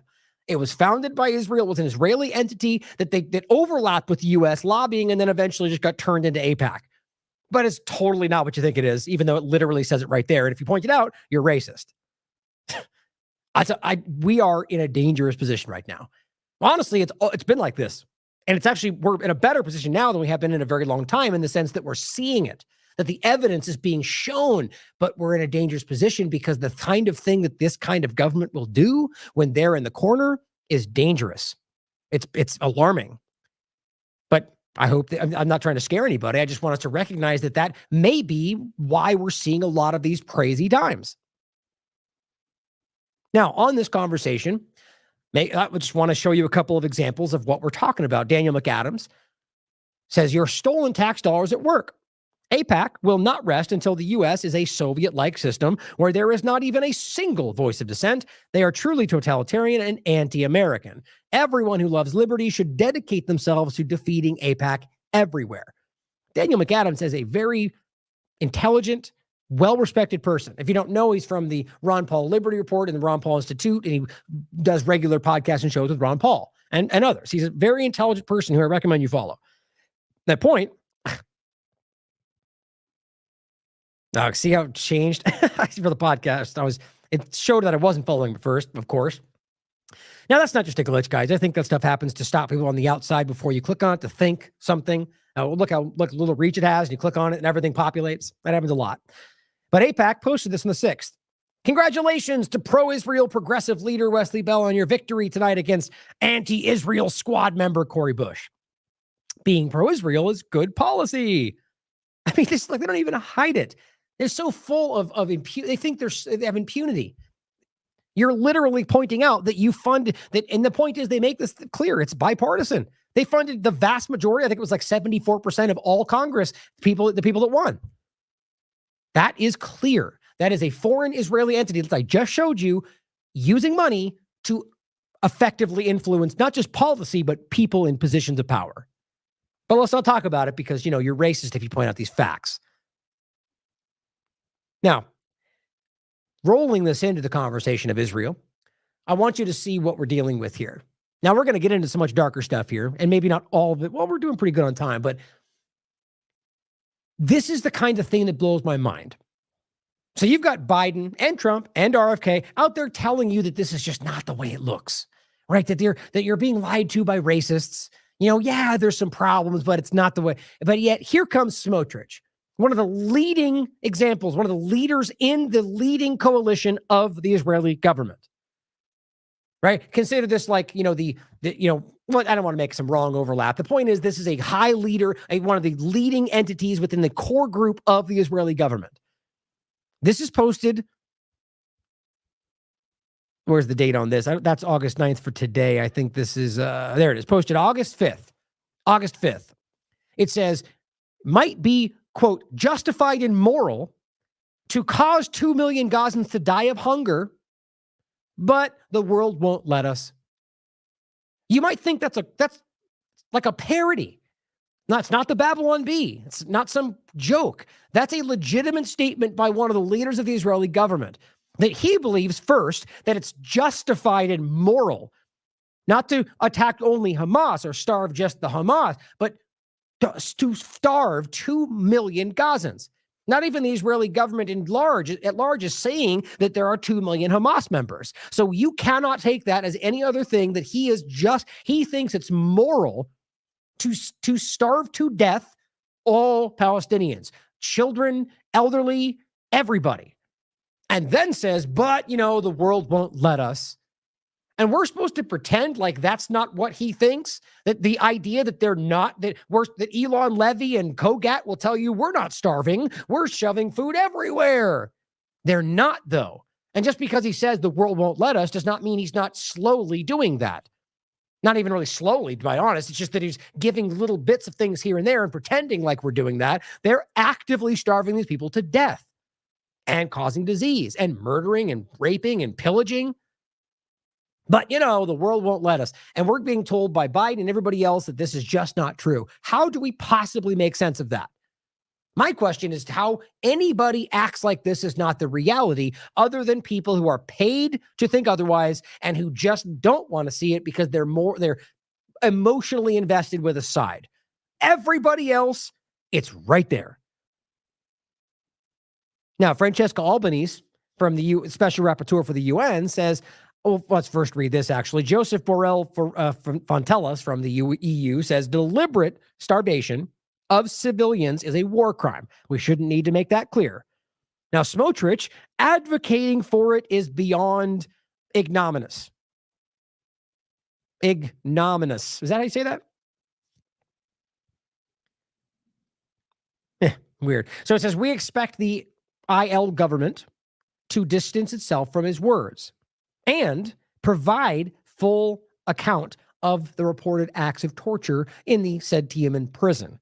They're not going to do that because they all agree with him, guys. That's the point. But he's just simply going, oh my God, look at that. And yet still people blind themselves to it.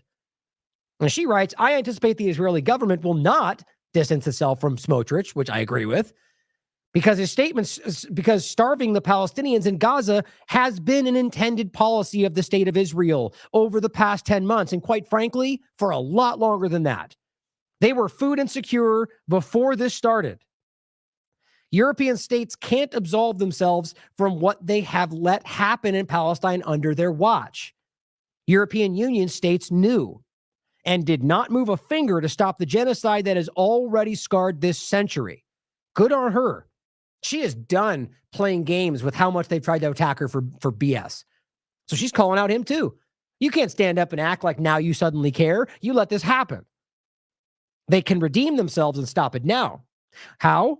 arms embargo, sanctions, suspension of economic, political, and diplomatic ties with Israel until it ends. It's pretty simple. You know, all the things you otherwise do to people that aren't doing any of this stuff. It says, until it ends its unlawful occupation of Palestinian lands and lives. Good on her. Now here is Ehret from August 3rd of this year. U.S. official, spoken out loud, says Biden realized Netanyahu lied to him about the hostage deal.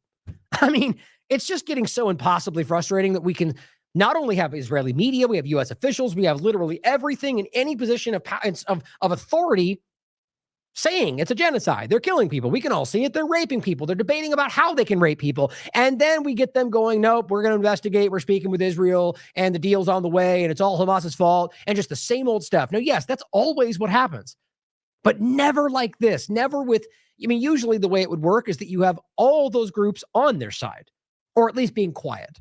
The UN groups, the human rights groups, sort of passively doing this. And then you just get kind of steamrolled over with the conversation. Not today, but yet they're still going. What do they have on them? What threats or blackmail? What's going on? Or they're just so pro-Zionist that they don't care that they're destroying everything to allow Israel to commit genocide.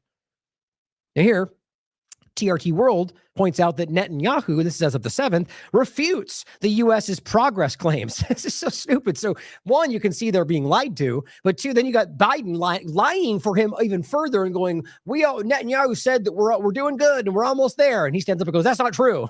Like, what in the hell? It's just so silly. I mean, I shouldn't be laughing about this because it immediately translates to death and suffering. But it says he refutes the claims of progress on the Gaza truce deal, as Tel Aviv's genocidal war in the tiny Palestinian enclave enters its 307th day. And here's just the one I've shown a lot lately because it just is so very clear how Netanyahu has systematically foiled talks to release hostages from Hamas captivity. And most of the Israeli population are very aware of that. Your government's seemingly the only one lying to the world about it. And a lot of the people within this government and people supporting some of it don't want to acknowledge it. They're telling you, they're screaming, they're killing our families. And they are literally bombing and killing and sometimes deliberately shooting them, acting like we're trying to save them. It's got to be one of the most grotesque. I mean, guys, again, everyone said this. This is going to be talked about I remember I said this the first week and I meant it because right then I saw this building into what it clearly was going to become for 1,000 years. This is going to be talked about for a very, very long time. Now, Ryan Rizbiani says they don't want to stop. The U.S. The U.S. has agreed to guarantee that Israel will be able to resume the war after the peace Palestinian resistance in Gaza after the first phase. So they don't want any of it then. I mean, this is what anybody paying attention's already recognized. You can't have a ceasefire but go back to fighting. That's pretty dumb. But apparently they've worked it out. Apparently Biden's, yep, ceasefire, and then you can keep fighting. We're good then, right? Shut up, Palestinians. We don't care what you think. That's what's happening. They're going to continue. So they're going to, my point is Hamas is not going to accept this because what you're doing is going, well, you're going to give up all your leverage and then we're going to go back to fighting. Okay. No, whatever you think of Hamas, nobody in the right mind would make that make sense. And they don't care. The U.S. guarantees Israel can resume the war after the captive swap. So they're going to say, see, Hamas doesn't want a deal, despite how everybody with any standing, including Israelis, are going, we've had a deal 45 times and Netanyahu will let it happen. Maybe Biden's just too blinded by his senility to actually see it. Who knows? Now, after that point, I wanted to show you one thing before we get into the kind of hardest part of the conversation.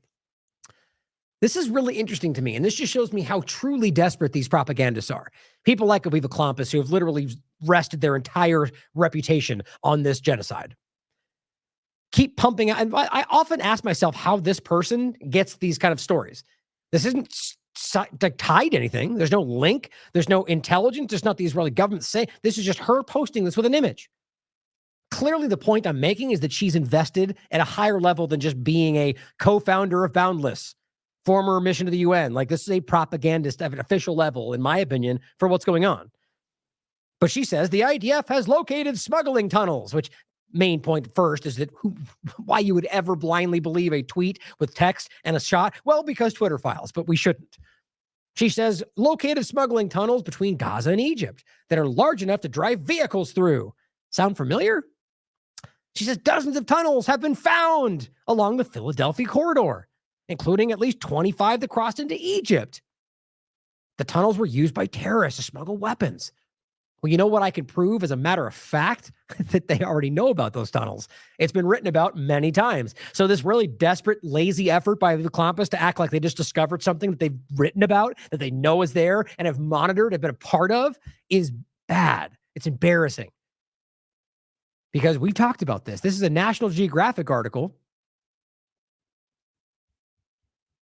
I don't want to scroll back down. Come on, here we go. Ah, dang it. National Geographic article from 2012. The tunnels of Gaza. And there's a lot more in there, just this one section I'm going to show you. But this is what got my attention. Somebody shared this and it stood out to me.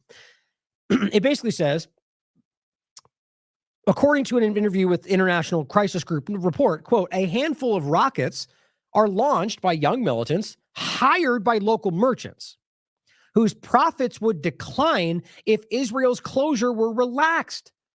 Meaning that they just kind of lob off rockets that shoot into a field somewhere. And so then Israel goes, okay, we have to be tighter because they're firing at us. And in the article and even other discussions I've had when I made this point, you can prove that they know that.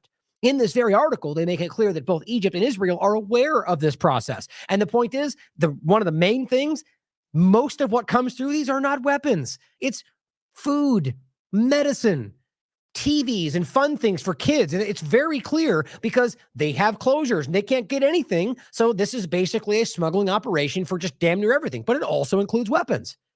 And my point is that Israel makes money from that. They facilitate the process. And here you can see that they know this is what's happening. It's publicly discussed, and they just use it because why? They want to keep this dynamic. One, they want to keep you thinking bad guy Hamas is firing the rockets that keep you in danger so they can keep their closures and keep the whole security dynamic going. But they also want to be able to make money on the process. And so now she comes around and goes, look at these things we just discovered. Back in 2000, way before 2012. But you get my point about how ridiculous these people are. That we can't do our own research here. We can't recognize these things that are so shockingly obvious, that are right in the plain view of both Egypt and Israel. And we're supposed to act like we don't see cars driving through these tunnels. It's just stupid, guys. I mean, this is to me, it's a desperate, fleeting effort to direct your attention away from all the things we're now seeing. By the way, I think I briefly mentioned in a second, but they bombed more schools. They're murdering more people literally every moment we're talking right now. And the grotesque reality around all of it is that it's happening. So it's so gross that has become secondary in the conversation because it's so common right now that I don't need to convince you that they're murdering children in schools. But think about how wild that is. Now, we're going to start on the discussion of the prison and the torture that's happening in there with the conversation of Scott Ritter, because I think at least part of this and why it happened was because of something he recently said, or at least the timing is very interesting. But antiwar.com, again, who you should definitely be following, writes, FBI raids the home of former UN weapons inspector Scott Ritter. I'm sure you've all seen this by now. Ritter told reporters outside of his New York home that he was raided because of the FARA Act. Literally the Foreign Agent Registration Act. And this is what everybody immediately pointed out is, but of course they don't care about AIPAC. As even this article, he does the same in the article. FARA has been used to target people for their political views and is selectively enforced, of course. For example, the pro-Israel lobbying group AIPAC, who spends millions on pro-Israel candidates, who I just proved to you is literally a farm, and it was created, it's an Israel asset, and it's an arm of the Israeli government, but yet no big deal because we don't care about that. Or any other number of overlaps where they don't make an issue about Israeli entities or other entities they don't care about, but they'll make a big issue about things they want you to think, even though there's no way to prove it, like this right now, or that it's completely manufactured. So here is what he said. Well, first, Aaron writes, Scott Ritter, a vocal critic of the U.S. proxy war in Ukraine and of the Israeli government, said that the FBI raided his home over the FARA Act. On top of the free speech implications here, it's noteworthy that this happened just as AIPAC, which is not registered as a foreign agent, celebrates its $8 million investment in the ousting of an elected member of Congress, as I just showed you. Now, here's he says something there in front of the people out the street. I find this one to be a little more specific. Here is his statement directly to you guys, sitting in his chair talking about this. Hello. As everybody's probably figured out by now, the FBI has executed a search warrant on my home. The search warrant was based upon what they deemed to be probable cause that I am in violation of the Foreign Agent Registrations Act. And they executed a search warrant looking for electronic devices, my computers, my cell phone, things of that nature. Based upon their questions, it appears that they are primarily concerned about my relationship with RT and Sputnik. More specifically, that I am receiving direction from RT and Sputnik, and I'm being compensated for this. And that means that I am working on behalf of the Russian government. I let them know in no uncertain terms that that is absolutely not what's happening, that any compensation I get from RT and Sputnik is the same as I get from any journalistic entity that I provide articles. Now ask yourself how that compares to Israel openly funding people who are spreading things online, funding politicians, funding any number of things through AIPAC and many other very much more, they're all illegitimate, but much more illegitimate means. So he's literally getting paid for work with a journalistic outlet. But because they don't like it or because they name that Russian controlled, suddenly you're okay. Let's just even say you think that lines up or you think that's enough to do this. Do you know how many examples you can show from Israel or other groups that they work with, Saudi Arabia, that do this right in the open? That's the point. That's why FARA is selectively applied. And it's not about anything like that. It's about the fact that he is inconvenient for their agenda. Or video products for. I am a journalist, and I get compensated for my work. We shall see where it goes. They were in my house for 5.5 hours. Very professional, very courteous. I have no problems with the people who executed the search warrant. I do have a problem with the search warrant itself. Let's just be very clear. No crime has been committed. I am not a foreign agent. I am not in violation of the Foreign Agent Registration Act, and they know this. This was an act of intimidation by the U.S. government designed to have a chilling effect. I was accused of that my articles were designed to manipulate the opinion of the American people on behalf of the Russian government. And that's what we always get. That was the conversation of these Facebook memes in 2016. The point is that, well, the truth was used to manipulate you because that truth was in the benefit of the Russian government. That's what largely we got from that conversation. So is what he's saying true? Well, yeah, it is. So the conversation is that you're not allowed to do anything that they think is the interest that helps some, whether or not it's true. So what they're doing is effectively unconstitutional in many different ways. But I think you already know that. That my podcasts do the same thing. Ask the Inspectors, apparently a Russian propaganda tool designed to, again, manipulate the thinking of the American people. This is absurd in the extreme. This raid on my home was designed to have a chilling effect, to make me think twice about speaking out, about writing, about doing podcasts. And as I told the FBI, and I'll tell you now, there isn't a snowball's chance in hell that I'll back down because I'm doing nothing wrong. I'm doing what every concerned American should be doing when they believe that their government is behaving in a manner that doesn't conform with the values and principles that are set forth by the Founding Fathers in the Constitution of the United States of America. That is the most American thing you could say, right? Challenging your government is the most American thing you can do. I am an American citizen holding my government accountable and exercising the rights given to me by the Constitution. Today, the United States government declared war on me. Now, I hate to say that, I'm sure he just said it in fast speaking. I think he's made this point before, but the Constitution does not give you rights. These are God-given inherent rights that are outlined within the Constitution, very clearly stated by the Founding Fathers, and just basic reality that these are things that are, whether they ever wrote that down, were things that you already had. And he knows that. He said this before, but just to make that clear in passing. They declared war on my ability to write, my ability to speak, my ability to interact with the American people, and indeed with a broader international audience. So be it. We're at war. It's not a war I plan on losing, and I can tell you that there is no chilling effect. Look forward to seeing me in the future as soon as I get the ability to interact more efficiently. But thank everybody for their concern, and I'll see you Friday night on Ask the Inspector. Very interesting. So here, as Casey Wright points out, is at least one of the things that was highlighted. So apparently this was discussed, and then the next day this happened. So you can decide for yourself. I think it's probably multifaceted, but it's pretty interesting what he said right here, which is, even in this current conversation, considered contentious, but it's completely accurate. On perverted parody.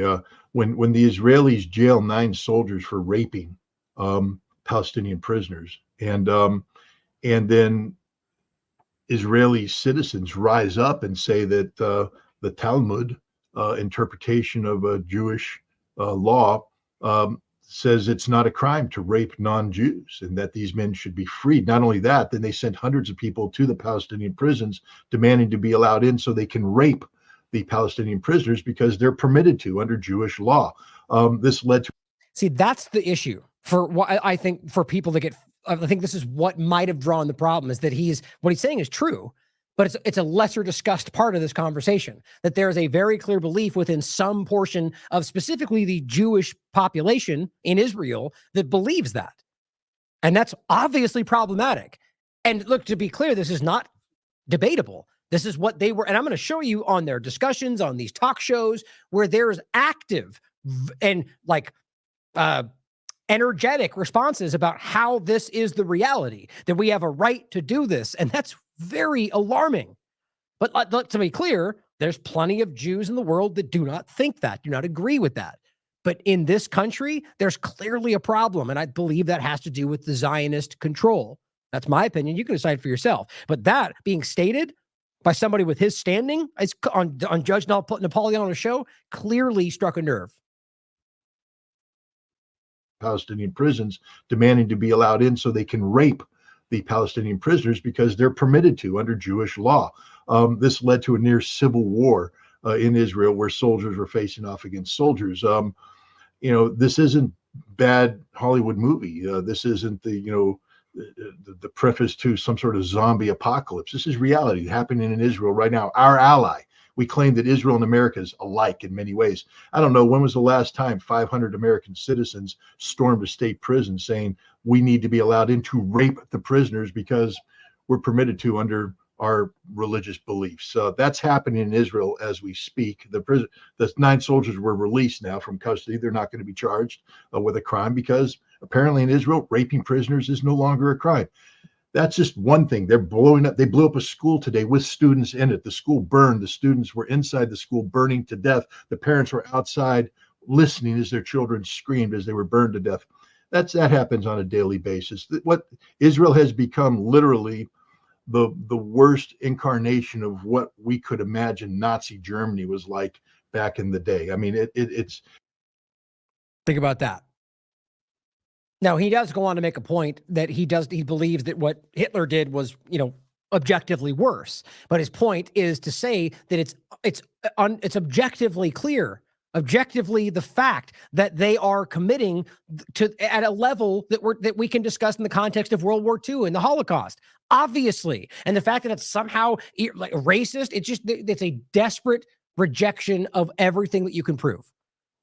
And kind of hard to see how that might well have been what happened right there, especially with what we just talked about with the ADL, the influence of our law enforcement or the lobbying groups or the politicians currently in power, like Brian Mast, who are actively part of the IDF, who act in the interest of foreign governments before their own. This used to be stuff that people would freak out about, but the point is you can prove these things, prove them, document this stuff. And as, in my opinion, insofar, I was going to say it has nothing to do with Jewish people, and I believe that. But the point is, obviously, there's an overlap. My point is to say this, it's not unique to Jewish people. Zionists are predominantly Christian these days. The bottom line is I think it's even bigger than that. The point is to make this about one religion as opposed to the religions that are being used by the culprit. That's where I think the problem lies. But it's up for you to decide. Either way, my God, guys, that's some especially evil stuff. Now, we just talked about this. This was on July 29th.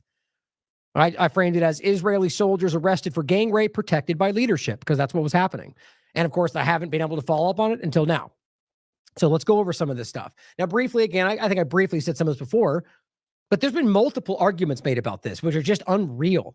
One of which was that they raped themselves. That's not a joke. Very public. Another was that they did it in self-defense. My point I made before, and you'll find all this very public online, is that this is what you get from the Zionist Israelis every time. Here's 4 different possible narratives. You pick what you like best, and we'll go with that one. Otherwise means we're lying. It's pretty damn obvious, guys. And as we've heard many, many times, which I probably don't need to play again, but I just think it's fitting. Let me preface these remarks with I never, ever believe Israeli figures. I've been in the government too long to know that the Israelis are patent liars. I have a clip from him coming up in a second, actually. But just constantly throwing out the different narratives. The reality is, as it's been easily proven, was that they just raped these people because they hate them, to torture them, to make them suffer. And the kind of suffering that I almost don't even want to get into is so unreal. The idea of using something and jamming this in their rectum to the point to where you puncture a lung. Think about what that means in your body. Like this is why people have died. And we're not even getting into that. The one that we got publicized is somebody who went to the hospital. The reality is that people have been dying secretly in these torture prisons since long before October 7th. And as Sam Husseini's been pointing out from the beginning, this is why they made up these lies of 40 beheaded babies, of systemic rape, because this is what was already happening. And this was near guaranteed to happen at this level after what they said happened October 7th. And all the overlaps of them foreknowledge and involvement and of the Hannibal Directive, all that gets ignored because they shove these lies down your throat. Not helping, not working though. People are seeing it. Now, this is from the 6th. Just, it's unreal. I'm going to show you this video because you got to see this. But I simply said, how can anyone defend what this Zionist government is not just allowing, not just even defending, but promoting, glorifying even? Does anyone honestly support what Israel's doing today? Other than the paid Israeli bots that have taken over Twitter, that is? Because realize the people I'll show you the people they've let out, despite Matt Miller lying to everybody, acting like there's an ongoing investigation, that they were applauded. Smotrich called them heroes. This video shows you what happened. As Censor Man points out, the world's most moral army blocks a Palestinian hostage with shields and then rapes him. And by the way, this has been publicly discussed on their own corporate media. It is very real.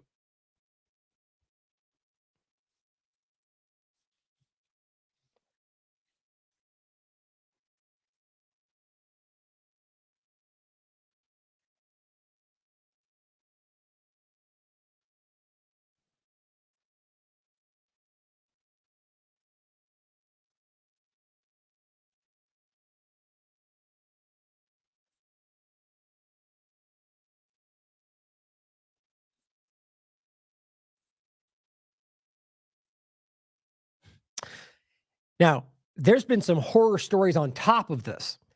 That BM on Twitter, he's the anti-Zionist Hebrew, as he frames himself, who I believe is in Israel. He's been talking about what he's been hearing from people around this, which is completely up in the air.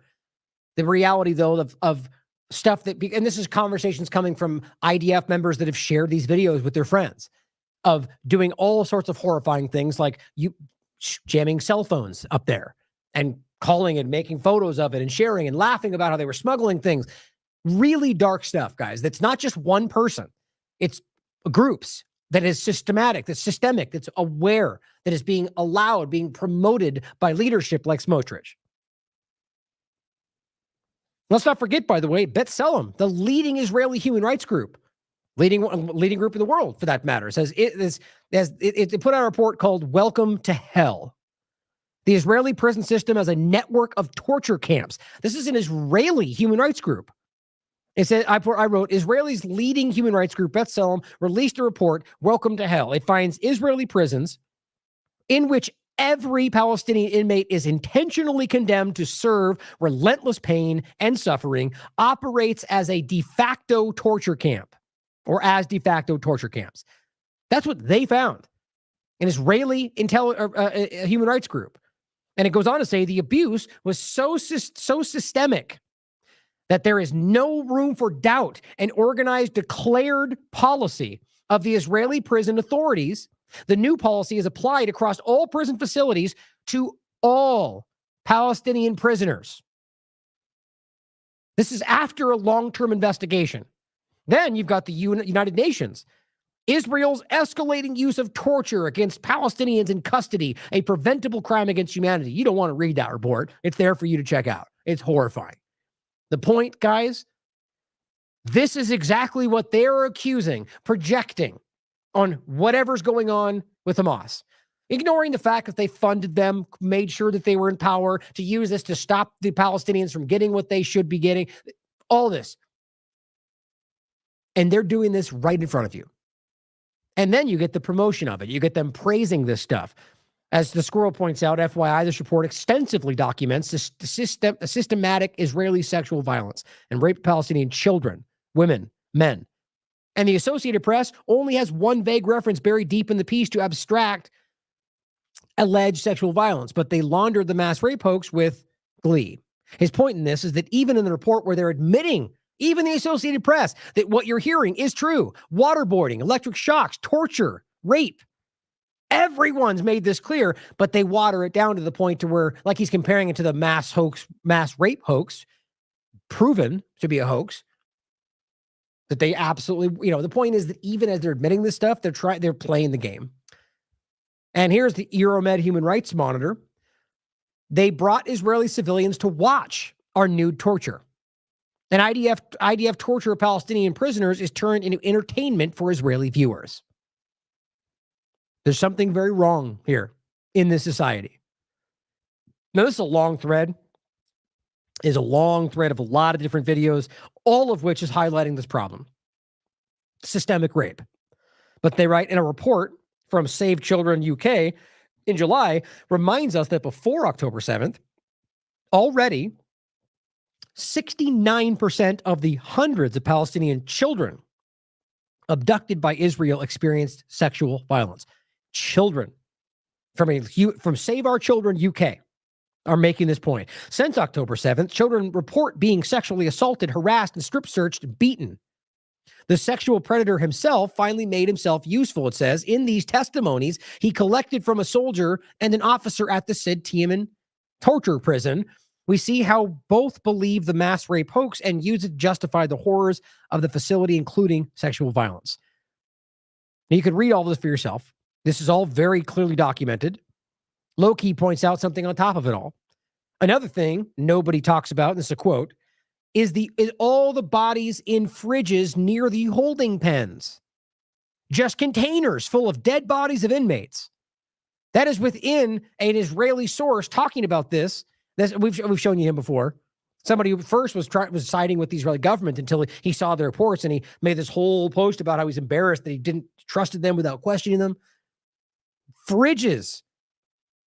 Containers full of dead bodies. The point is that this is how many of them were raped to death. How many of them are literally killed because of torture. The point is, this is undeniable now. It's happening. We're not talking about the focus is on the one example. As I'm going to play in a second, it's just the tip of the iceberg. Now, Ryan Rusbiani points out something that really, God, I thought about this all night through the night. Israel has locked up 690 children since October 7th. 690 children. I don't know how you want to pretend that makes sense with whatever human shields. What do you arrest them then? Are they Hamas? They're children, guys. Because they're Palestinian. That's why. The total is over 21,000 via Shin Bet. The point, though, this is what who just been arrested. Not necessarily all still currently held. But my point is, it's a lot. And we can prove that. But they arrest and torture and release people all the time with no charge. Many of them never get released. Here's one, a woman. This is, who was it again? I think it's in the video. I watched this before. The point is, she's highlighting how many are currently held. Now, whatever you think about this, my only point is whether it's 250 currently held or still thousands, what is happening to them? We just saw what's happening to grown men. There's clear examples going back a long way of them torturing and sexually abusing these children. They're being held in these prisons for long periods of time. God only knows what's happening. I think it matters a lot more to me that we're talking about innocent children. I mean, really, frankly, it's all a problem. Obviously, all of these people's lives matter, but there's just a special, for anybody's perspective, I think a child is something in a whole other level. That Israel holds nearly 10,000 political prisoners. These include 79 women and 250 minors. I'm Anat Matar, a senior lecturer. Anat Matar, senior lecturer at Tel Aviv University since 2004. At Tel Aviv University. Israel calls them security prisoners, and they face different treatment from ordinary prisoners. They're limited in their ability to see a lawyer, subject to torture and illegal interrogation methods, disproportionate sentences, harsh living conditions, no phones, and little means of communicating with their families. And they know this. If she knows that, that means this stuff is pretty much public knowledge. Now, many of them don't agree with that. I mean, that's why she's speaking out.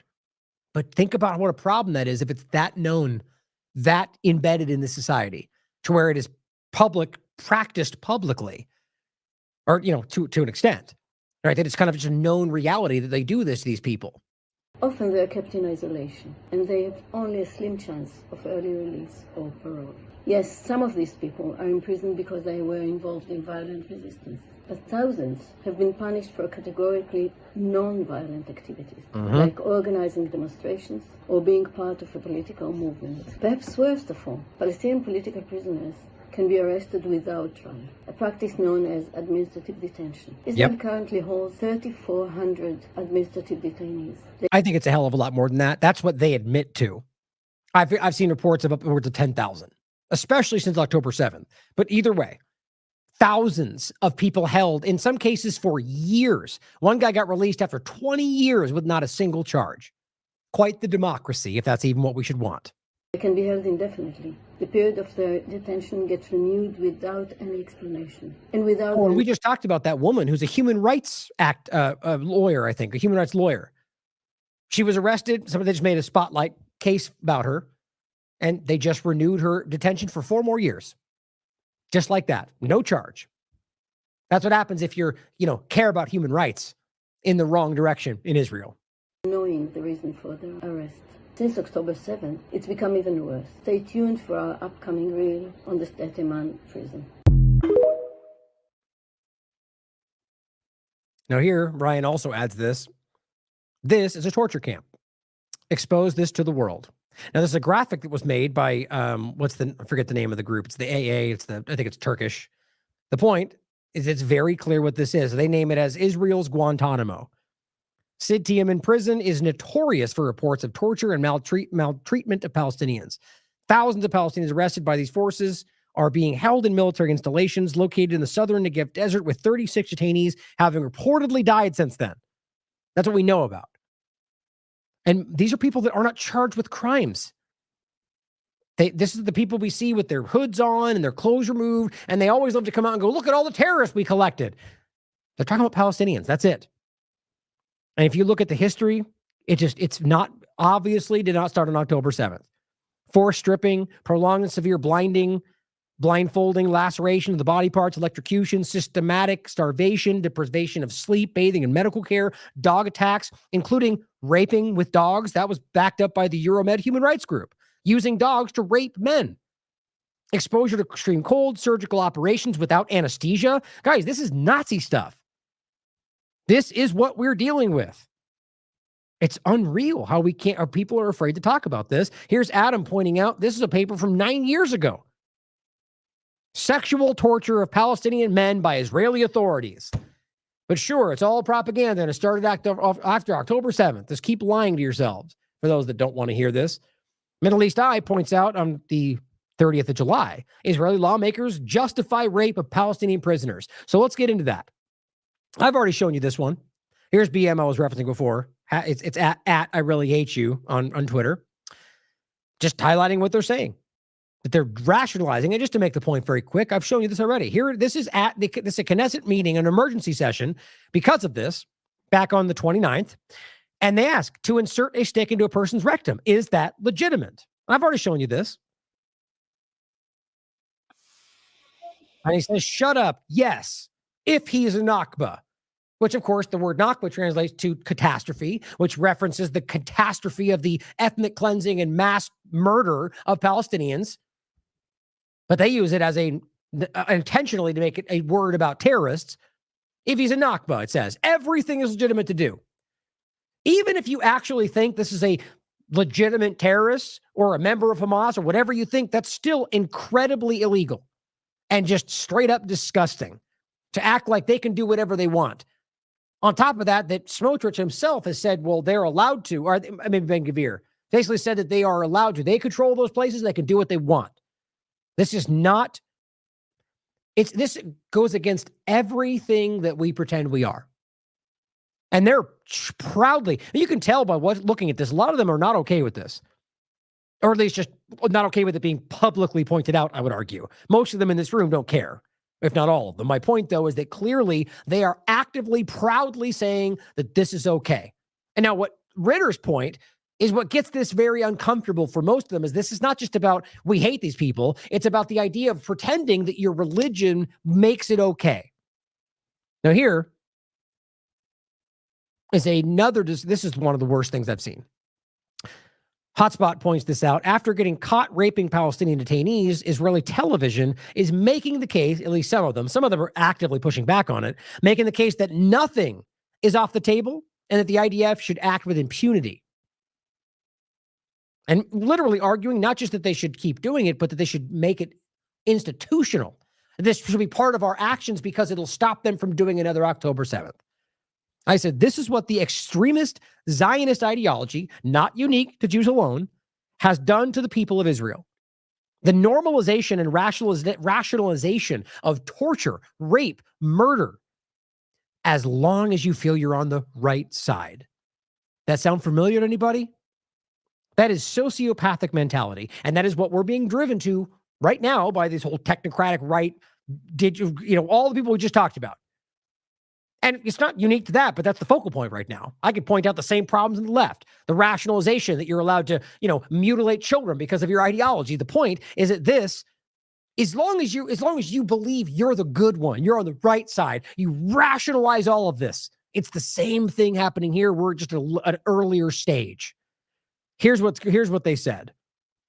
It says, I told my friends that I don't give a rat's ASSS about what they do to a guy like that. This is the guy making this case. And that guy goes, what? Is that really what you think? And he goes, yes, unequivocally. Turn it down just a touch. He goes, wait, I'll explain. Soldiers who are suspected in criminal offense of rape, he's like still asking him.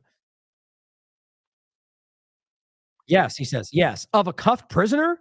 It doesn't interest you? Like the guy's like aghast. Like how in the world? Because anybody with any sense of morality, integrity, anything, like you are a subhuman monster if you're literally arguing that they should be able to do whatever they want because you've decided he's the bad guy. And many of which we've already proven are not charged with a crime. He says, okay, does the morality of our soldiers not interest you? And see, the point is that even if you think these are terrorists, this is about you. This is about what you believe and what you are capable of. By doing that, I've made this point many times, that all that shows you is that you are just as bad as them. And especially if you recognize that the person you're doing it to is not a member of Hamas, but simply a Palestinian. So you're the problem. But either way, the point is that when you bring that down, you're simply acknowledging that you're just as bad as what you claim you're fighting. He says, no problem. By the way, they're not soldiers. In fact, they're not soldiers. They're criminals. Except they haven't been charged with a crime. They haven't gone through a court process, Mr. Democracy. But yeah, they're criminals because we've decided because they are from an area we think are all terrorists. That's the point. He says, again, I don't give a rat's ASS what you do to the Hamas man. I always remember, first of all, the only thing that's a problem for me here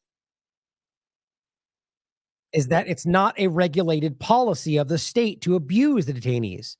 That's actually what he's saying.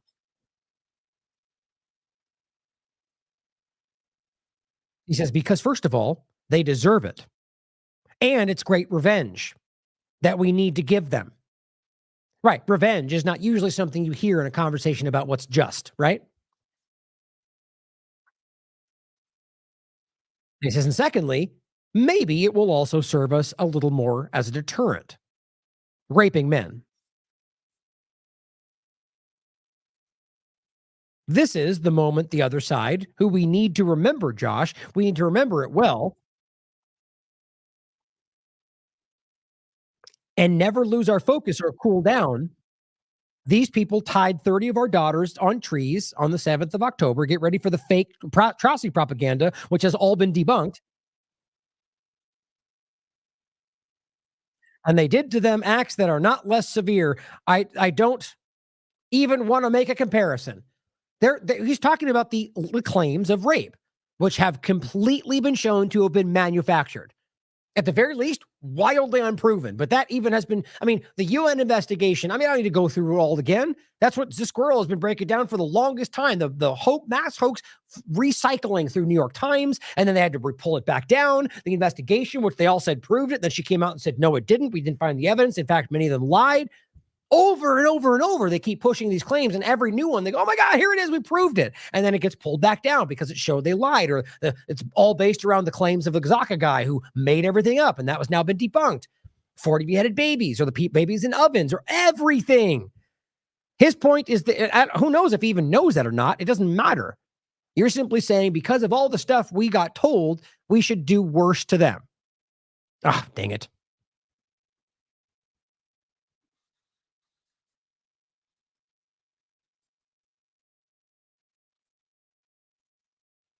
And it says, and secondly, the deterrent. It says, this is the moment, the other side,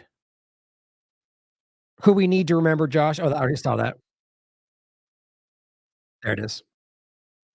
And they did to them acts that are not less severe.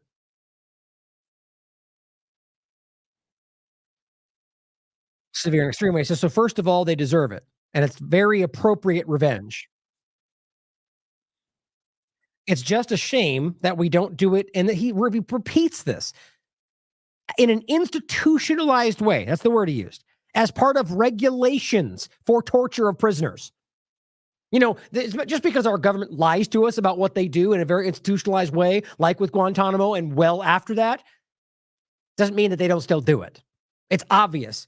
We talked about that during Trump's administration. I forget the woman's name that they put at the head of the CIA, and she was literally responsible for torture. And they just, oh, no, I don't do that anymore. Obviously, that's not the case. And it's obvious that they all feel this way. Where do you think this stuff comes from? And by the way, it's proven a 1,000 times over that torture gives no fruitful results, which we saw in the beginning of this from Israel. They got caught for torturing people to say what they wanted, and that's why it was easily proven, even from within their own sources, to be not accurate. Claims of the rape allegations, or claims of 40 beheaded babies, which turned out to be false. But yet, sure enough, here's a video of this shaking man in a room telling you exactly what they told him to say. That's the point. So the point is, when you're doing these things, if you know that, it's really just because you're a terrible, disgusting person who wants to hurt people because you think you're justified. He says, because the next guys who think about doing an October 7th, to ignore the foreknowledge and the acts and Hannibal, all that, will say, you see what they're doing to them in Israel. Yeah, he's probably not wrong. Anybody that might act will go, gee, well, be careful. They might rape you if you get taken. But nonetheless, that makes you the worst person alive. Don't even think about it. He says, first of all, I'm sorry that these things are even being said. That's the other guy. This guy's embarrassing me, because what he's doing here is simply incitement to violence. He is.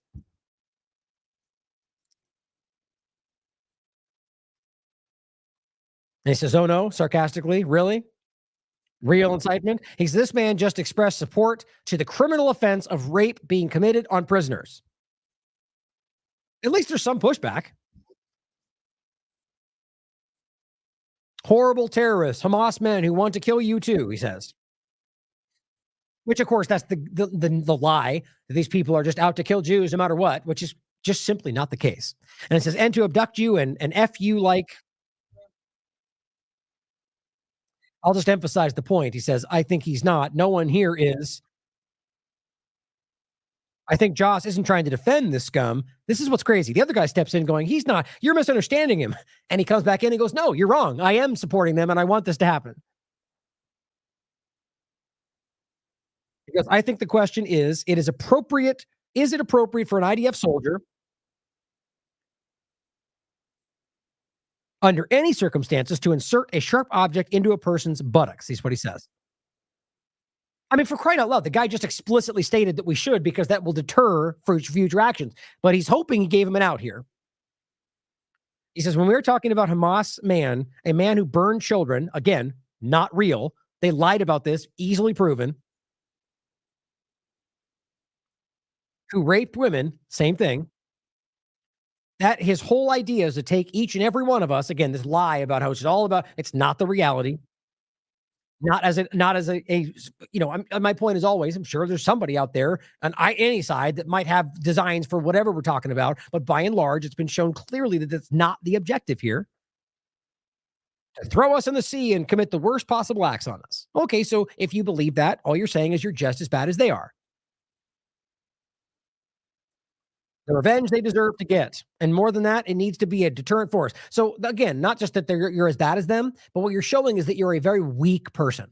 You're a very low, small, petty, weak person who's just succumbing to the idea that you want it. I want to do it back, right? It's like kindergarten level.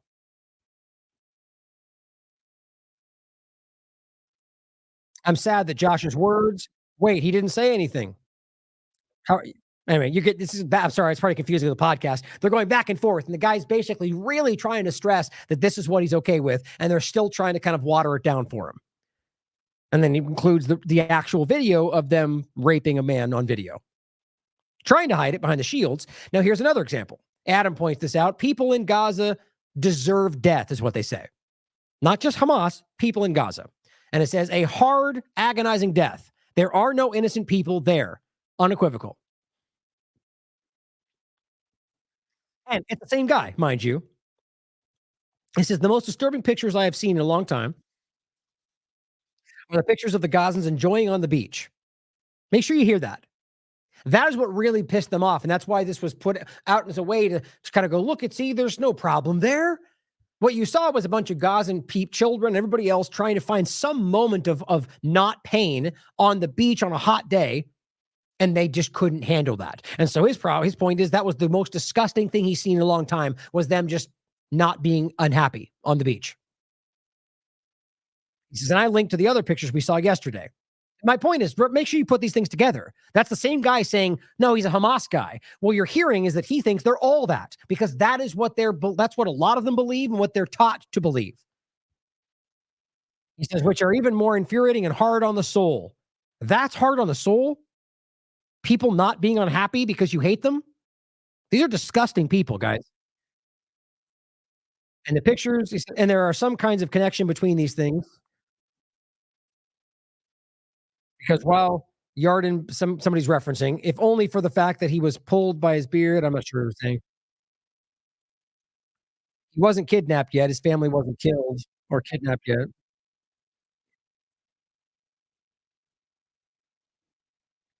I think he's referencing something that happened on October 7th. These people deserve death. So the point is, because of an image we saw, they all deserve to die, is what he's saying.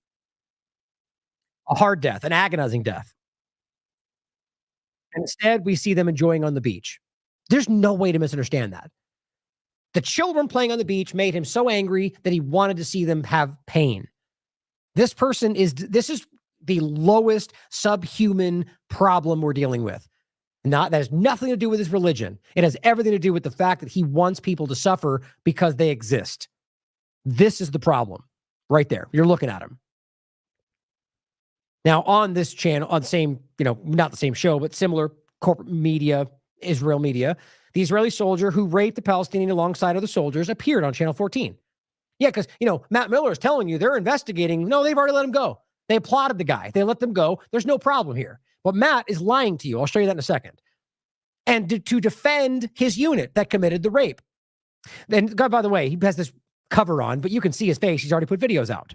And you can tell by the eyes, the same guy. The Palestinian was hospitalized with injuries, including torn rectum, broken ribs, and ruptured bowels. Disgusting. Here is the guy. Same guy. He says, you feel they want to thank you. There were days when they applauded us. Israeli reservist Mir Ben Shatrit arrested by Israeli military police for torturing and sodomizing Palestinian detainees, described his arrest as a mere sham after being released hours later. You think Matt Miller doesn't know that? This disgusting, also subhuman person who's rationalizing rape while acting like he cares? He said that the officers even applauded him for his actions, and they only arrested him for doing their work. When it shows him acted out. See the support, they're doing their job because they have to give you a ticket.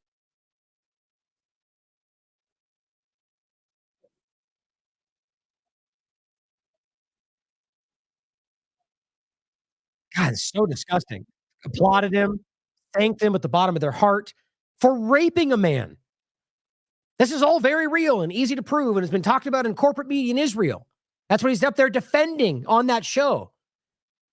There's just, I mean, if there are a lot of people in this world that don't want to believe this is what's happening and that their government and lots of the society are allowing this. But if they are able to see it, like shows like this or clips, it'll forever change their opinion of what's going on there. And that is what they're so desperate to hide. Here is another day afterward, it's the same guy. Mir Ben Shatrit was, according to Israeli media, the main suspect in the ongoing sodomy rape case. In spite of that, he was the first one to be released after just 2 days of detainment. Here's the video of him, June 2023, while in reserve duty in the West Bank. Quote, why can't we go in the Negev with Negev? Why can't we go in with Negev machine guns? Yeah, that is what it says. I thought I was reading it backwards. Why can't we go in with MAG machine guns? Why can't we go in with holding force of a grenade launcher to such places full of terrorists? 2 days ago, all these terrorists were standing there. 200 armed terrorists. Why don't we get 3 or 4 attack helicopters in the sky and spray everybody? He's talking about Palestinian protests. This video was posted on Telegram channel of racist thug and right-wing influencer Yoav Alesi that went viral. After the video was circulated widely, Ben Shatrit claimed that the army is threatening to remove him from service, yet the army assured the press that he would not be dismissed. And here's the video again of him telling you that he got released and they praised him for his act. That is the easily provable reality. Now, let's talk about the disgusting response from the U.S. government, including what I pointed out of Matt Miller after this guy was released, telling you that they're investigating this and it's ongoing and they're going to arrest people. No, they're not. They're laughing at you, and they are laughing about how easy it is to control villains like Matt Miller. Here is Saeed asking Patel the same question. And he goes, oh, I'm not a legal expert. Yeah, but I'm pretty sure rape is wrong and illegal, Patel. But you struggle over that dynamic. This guy is increasingly showing himself to be one of the more ridiculous people in this conversation because his responses are just becoming the same thing every time. Sort of like Matt Miller. You know why? Because they're caught. The police detained soldiers yesterday, or the day before yesterday, suspected of raping a Palestinian, sparking protests and so on. Apparently, rape and killing and torture and all this thing, it happens regularly in Israeli detention camps. Does that constitute a war crime to you? So the reports of abuse are deeply concerning, and we first of all to always point out in any context where they works for them, Russia, Ukraine, anywhere, they will speculate all over the place. Don't forget, Matt Miller was the one that said maybe they're getting raped in Gaza right now. But everywhere we don't want to speculate. That's not what we're going to do. Only when it suits their interest. Everywhere else, they'll speculate forever. So what he asked right there was not I don't want your rambling answer about what I can't prove. He said, if that's the case, would that be a war crime? So obviously you can answer that. The game he plays when he wants to, where I'm not going to speculate. It's just that's what your job is, man. You're supposed to give us the discussion. The point is that they're asking him point blank, if this happened, is it a crime? The answer is obviously yes. Nobody with a brain could answer no, but he doesn't want to answer. What does that tell you? So the reports of abuse are deeply concerning, and we have been clear and consistent with Israel and the IDF that they need to treat all detainees humanely and Same thing with every time. dignity in accordance with humanitarian law. But they're not, though. But they're not. But we tell them to, but they're not. We also, I spoke a little bit about this earlier in the week, Said. We reiterate the support that that the IDF is investigating some of these allegations of serious abuse. Nope, already done. As you're speaking, dummy, they've already finished. They let the guy go. But let's pretend like you don't know that. Of Palestinian detainees, and that is news that we welcome, and we're going to let that process, and we believe in due process. Oh, we're going to let it process. We're going to let it simmer for a minute, and we'll come back to you when we have a better understanding. We can think about it as I'm drinking coffee tonight in my warm home while they're being raped in prison, but we'll reflect on that, right? Let's just figure it out. And we're going to let that process play out. Two quick points. My God. Now, if proven to be true, that does constitute a war crime, doesn't it? I'm not a legal expert. So Are you serious? You're not a legal expert? That rape might be a crime? Really? It certainly, I imagine it would be inconsistent with Israeli law. Oh, of course, that is a crime then. Right? It's like, think about the way he has to work himself into a pretzel to try to not answer that. But you just did, though. That's really stupid. It just shows you how desperate they're trying to step around everything. Not for U.S. interest. In fact, this hurts them to do this. It's only for the interest of a foreign government. Make sure you remember that. And so, of course, that is why we have been clear that the treatment of any detainee needs to be consistent with international humanitarian. Right. So it's breaking the law. That's why we keep telling them that we have to make sure you don't break the law. And then they continue to break the law, and you ask, and you go, well, we told them not to break the law. So then they break the law. And we talked to them. We said, we don't break the law. It's just this dumb recycling game that's that stupid. It's actually that stupid. They just keep saying the same. Well, we raised the issue and we told them we make sure you act consistent with the law. And then every single day they go out and break the law everywhere they possibly can. And he comes back and tells you, well, we raised the issue and we made sure we told them that we can't break the law. It's just childishly dumb. Like, at the very least, come up with something else to say. So here is Matt Miller doing the same thing. Ryan Grimm asked him about rape and torture at Sid Teiman. He says, on this rape and torture center, which is what it is, how is it still open? Does the U.S. believe it needs to be closed? Can you imagine the way he answers? Can you assume that probably that it's going to be the exact same cycling? Yes, it's the exact same thing. On this rape and torture center that seems to be pretty clear, all sides seem to agree that horrible things are taking place here. How is it still open? Does the U.S. believe that it needs to be closed at this point and just... So we believe that all of the allegations need to be fully investigated. Too late. They already stopped, but that doesn't matter. And anyone responsible needs to be held accountable. I think that's the appropriate. No, they already let him go. And he knows that. Make sure you know that. First step before moving to anything else. Right. So in the meantime, with all the reports, all the verification, all the media coverage, all the people on Israeli media going, yes, we did it, and that's okay, and we should be able to do it. You're going to let it play out? We're going to wait for them to not investigate, which we already know they're not. All that means is he's allowing more rape and torture and human rights war crimes to be played out, to be committed. And think about it. It's one small fraction of a gigantic genocidal agenda. Right now, everything, all the starvation, the bombings, the killing, the rape and torture and pillaging and disease. And let's let it play out. Let's wait for them to let us know when we're allowed to say something. That's the way that should read in your mind. One more in the back, and then we'll wrap for today. This is not your battle. So according to the... He's just smirking because he's just going right over people that are you serious? Are you really? Next question. I'm done. Every time. And again, I'm sorry you have to be forced to watch this stupidity. Here is another one. Same kind of point. Being asked about the same conversation. Media today released a video showing Israeli soldiers raping a Palestinian detainee at Teiman detention camp. The footage was very disturbing. I know you have commented on the reports about this detention center before, but we now have a new evidence, which is video. Have you seen that video, and do you have anything to say? Right. So the point is, it's proven now. It's been talked about publicly on Israeli media that this is rape, and we know that. They're on the point of conversing about whether it should be happening. This is how he responds. On that, and also the reports of, rape Yeah. in Israeli prisons. So we have seen the video, and reports of sexual abuse of detainees are horrific. They ought to be investigated fully. Ah, okay. So we're just back to the investigation. Despite the provable reality, the open conversation of how it's happening, to the point of whether they should continue doing the thing we all know happened. And the investigation, which is already concluded because they haven't charged anybody, the people have been released. Day by day, this continues. By the government of Israel, by the IDF.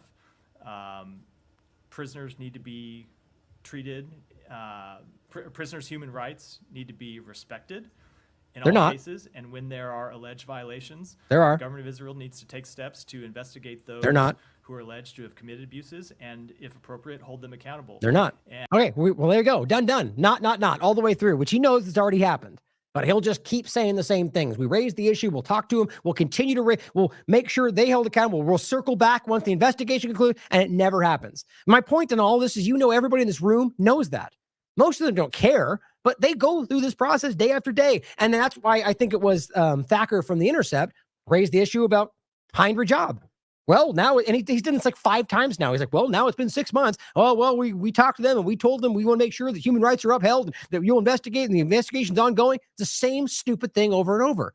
I hope these people go to prison, because there's something especially evil about what the role that they're playing in all of this. And it is appropriate that the IDF, in this case, has announced an investigation, has arrested a number of people. Nope. It's already done. Alleged to have been involved, and I Alleged to have been involved. Speak to the outcome of that investigation, but it ought to proceed swiftly. And if they're It's already over, Matt. determined to be in violation of criminal laws or violations of the IDF's code of conduct, then of course they ought to be held accountable. Wow. And actually, this is not the first rape incident we have been hearing about Right. Israeli prisons. And Israeli human rights group B'Tselem on Monday released a report saying that Teiman is only tip of the iceberg, and that Israeli detention centers turned into a network of torture camps for Palestinians. It reports cited testimonies from 55 Palestinian detainees.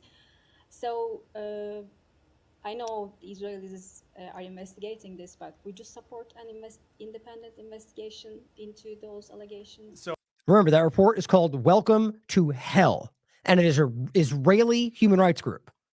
Tip of the iceberg. I would have to look at what the specific independent investigation people are calling for. And Oh, so it has to be your kind of independent investigation. See, it has to be a one that so you don't really want an independent investigation. You want a controlled false investigation. That's my opinion, obviously, but I think that's provable based on the fact that they just lie to you about what's actually happening. and pass judgment on the merits. But look, there ought to be zero tolerance for sexual abuse. There ought to be. I mean, is there, Matt, or there ought to be? It's just the language they use. It's all legality. It's about trying to make sure you don't trap yourself in something as you're raping people, as you're allowing murder and torture and everything else. It ought to be. No, it is, man. It is. And everybody knows that, and we know what's happening. Rape of any detainee, period. That's a fundamental it's a fundamental belief of the United States. And if there are detainees who have been abused, Again, what are you talking about? It is, as he's saying this, it has been roundly discussed, proven, videos have come out, they've already addressed, proven to have happened. or detainees who have been sexually assaulted or raped, the government of Israel and the IDF need to fully investigate those actions and hold anyone responsible accountable to the full extent of the law. Just a final one on that. What is your reaction to that? Israelis, including politicians and lawmakers, protested actually the arrest of Israeli soldiers who are suspected of abuse and rape. And we have also seen comments from Israeli lawmakers trying to justify the rape of Palestinians. Have you seen those remarks? And so the point here is that what he's calling on is those people to investigate.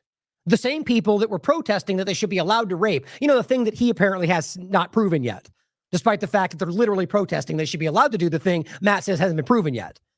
These are the people that are supposed to investigate. These are the authorities, the politicians, it's people in the military, people that are prisoners. These are the authority figures he wants you to believe are going to investigate and let you know the truth.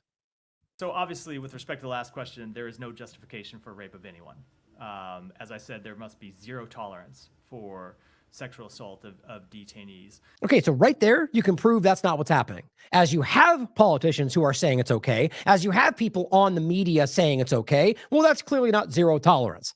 But if he was asked about whether that challenges, well, we'd have to investigate and we'll raise the issue.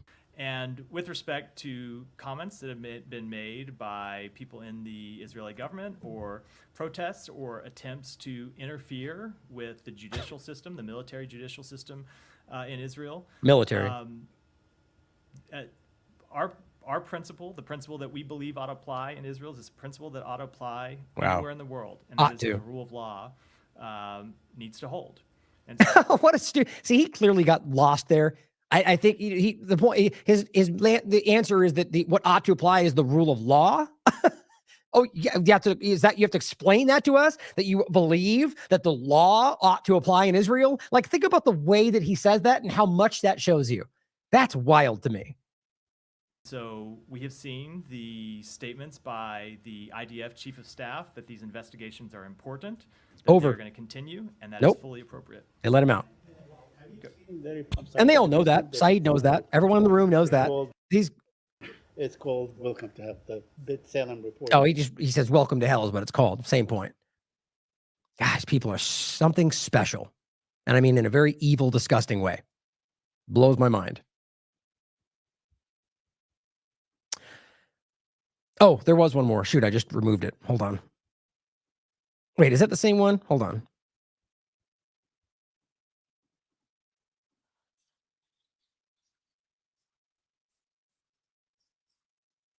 Yeah, that's the same one. I just want to make sure it was. I thought it was. So it's the second part of the other video we just showed. But this is B'Tselem posting this. Follow the account. The Israeli government has made torturing Palestinian detainees a policy, says the leading Israeli human rights group, because of their own investigation, because it's been provable. It's provable. It's proven. Last, here's what the American Jewish Committee says. So realize this is on the 29th of July. It is August 8th. And here, let me just make sure this post from B'Tselem and the rest of them, this one's from August 8th, but these are over the last so many days. So it's been well past all of the supposed investigation, the release of the person responsible per people, and the declaration, and again, from Smotrich and the rest, declaring that this is okay. And Matt's telling you that they're still investigating. That's what he always does. Here on the July 29th, it says, we commend IDF leadership for investigating concerning allegations against rape. As the IDF Chief of Staff, General Haveli, said, it's precisely these investigations that protect our soldiers in Israel, the world. The point is, they've concluded this, and they're going, good job in your investigation, which amounted to nothing. It was a complete sham, as even the person accused was publicly saying. Just so it's grotesque, the perversion of justice we're seeing, and the fact that you're doing so to protect rape. God. Now, just to wrap, I mean, we're at about 3. I'm hopefully to kind of do this pretty quickly here to end. I'm going to leave off some of the foreign policy conversation for next time. Ryan Rosbiani pointed this out, and this is just to kind of give you some points to end with to show you that it's much bigger than these focal points, as you all well know. Over 300 days, he says, and Israel has done over 3,460 individual massacres with varying amounts of deaths, some of them in the hundreds. 2 more happened on the 3rd. This posted on the 3rd. It's been a week since. These are some things I've had pulled aside from, over the last week. Burned alive in their tents. A massacre unfolded at Al-Aqsa Martyrs Hospital, bombed tents in the hospital's courtyard. And this just keeps happening. Using 10,000 plus, tens of thousands of dollar amount. I'm sorry to say that. More, tens of thousands of dollars worth bombs to bomb tents that are $100. You've seen these memes floating around. There's not even the allegations about Hamas anymore. They're literally just bombing people in tents who are trying to survive. It's very clear what's happening. And the U.S. just goes, how many more do you need? And Asal Rod points this out. Remember when bombing schools, school housing refugees was a big deal? She says, I remember when attacking hospitals, starving children, and killing journalists was a big deal, but not if it's Palestinians being killed. The U.S. has helped Israel normalize the worst crimes against humanity. And this is on the 3rd. 10 Palestinians were killed by a strike on another school. That happens almost every day now. Whether it's a school or some other location housing displaced children and women. Javid Abdelmonium points out, I left Gaza the day before yesterday, and this was on the 2nd of August, after 8 weeks of working beside my Palestinian colleagues. He's from Doctors Without Borders. He says, in my first week, I witnessed the murder of Israeli forces of 2 fishermen on the beach. One shot through the neck and one shot through the heart, still holding his cast net. There's multiple examples of this, of people, doctors who spoke out about this. I think it was also from, I'm blanking on the name off the top of my head. I forget it, but multiple doctors we've highlighted who said the same thing, they would just happen to be out there one day and they watched them kill people just walking down the street. Yesterday, during the last sweep to the emergency room, I walked in. Behind a curtain, there was a little girl dying herself. She left alone, and I don't know who her family are. No one was there. Her left leg was twisted, still breathing, but she'd been left to die because here, now, the system can't cope.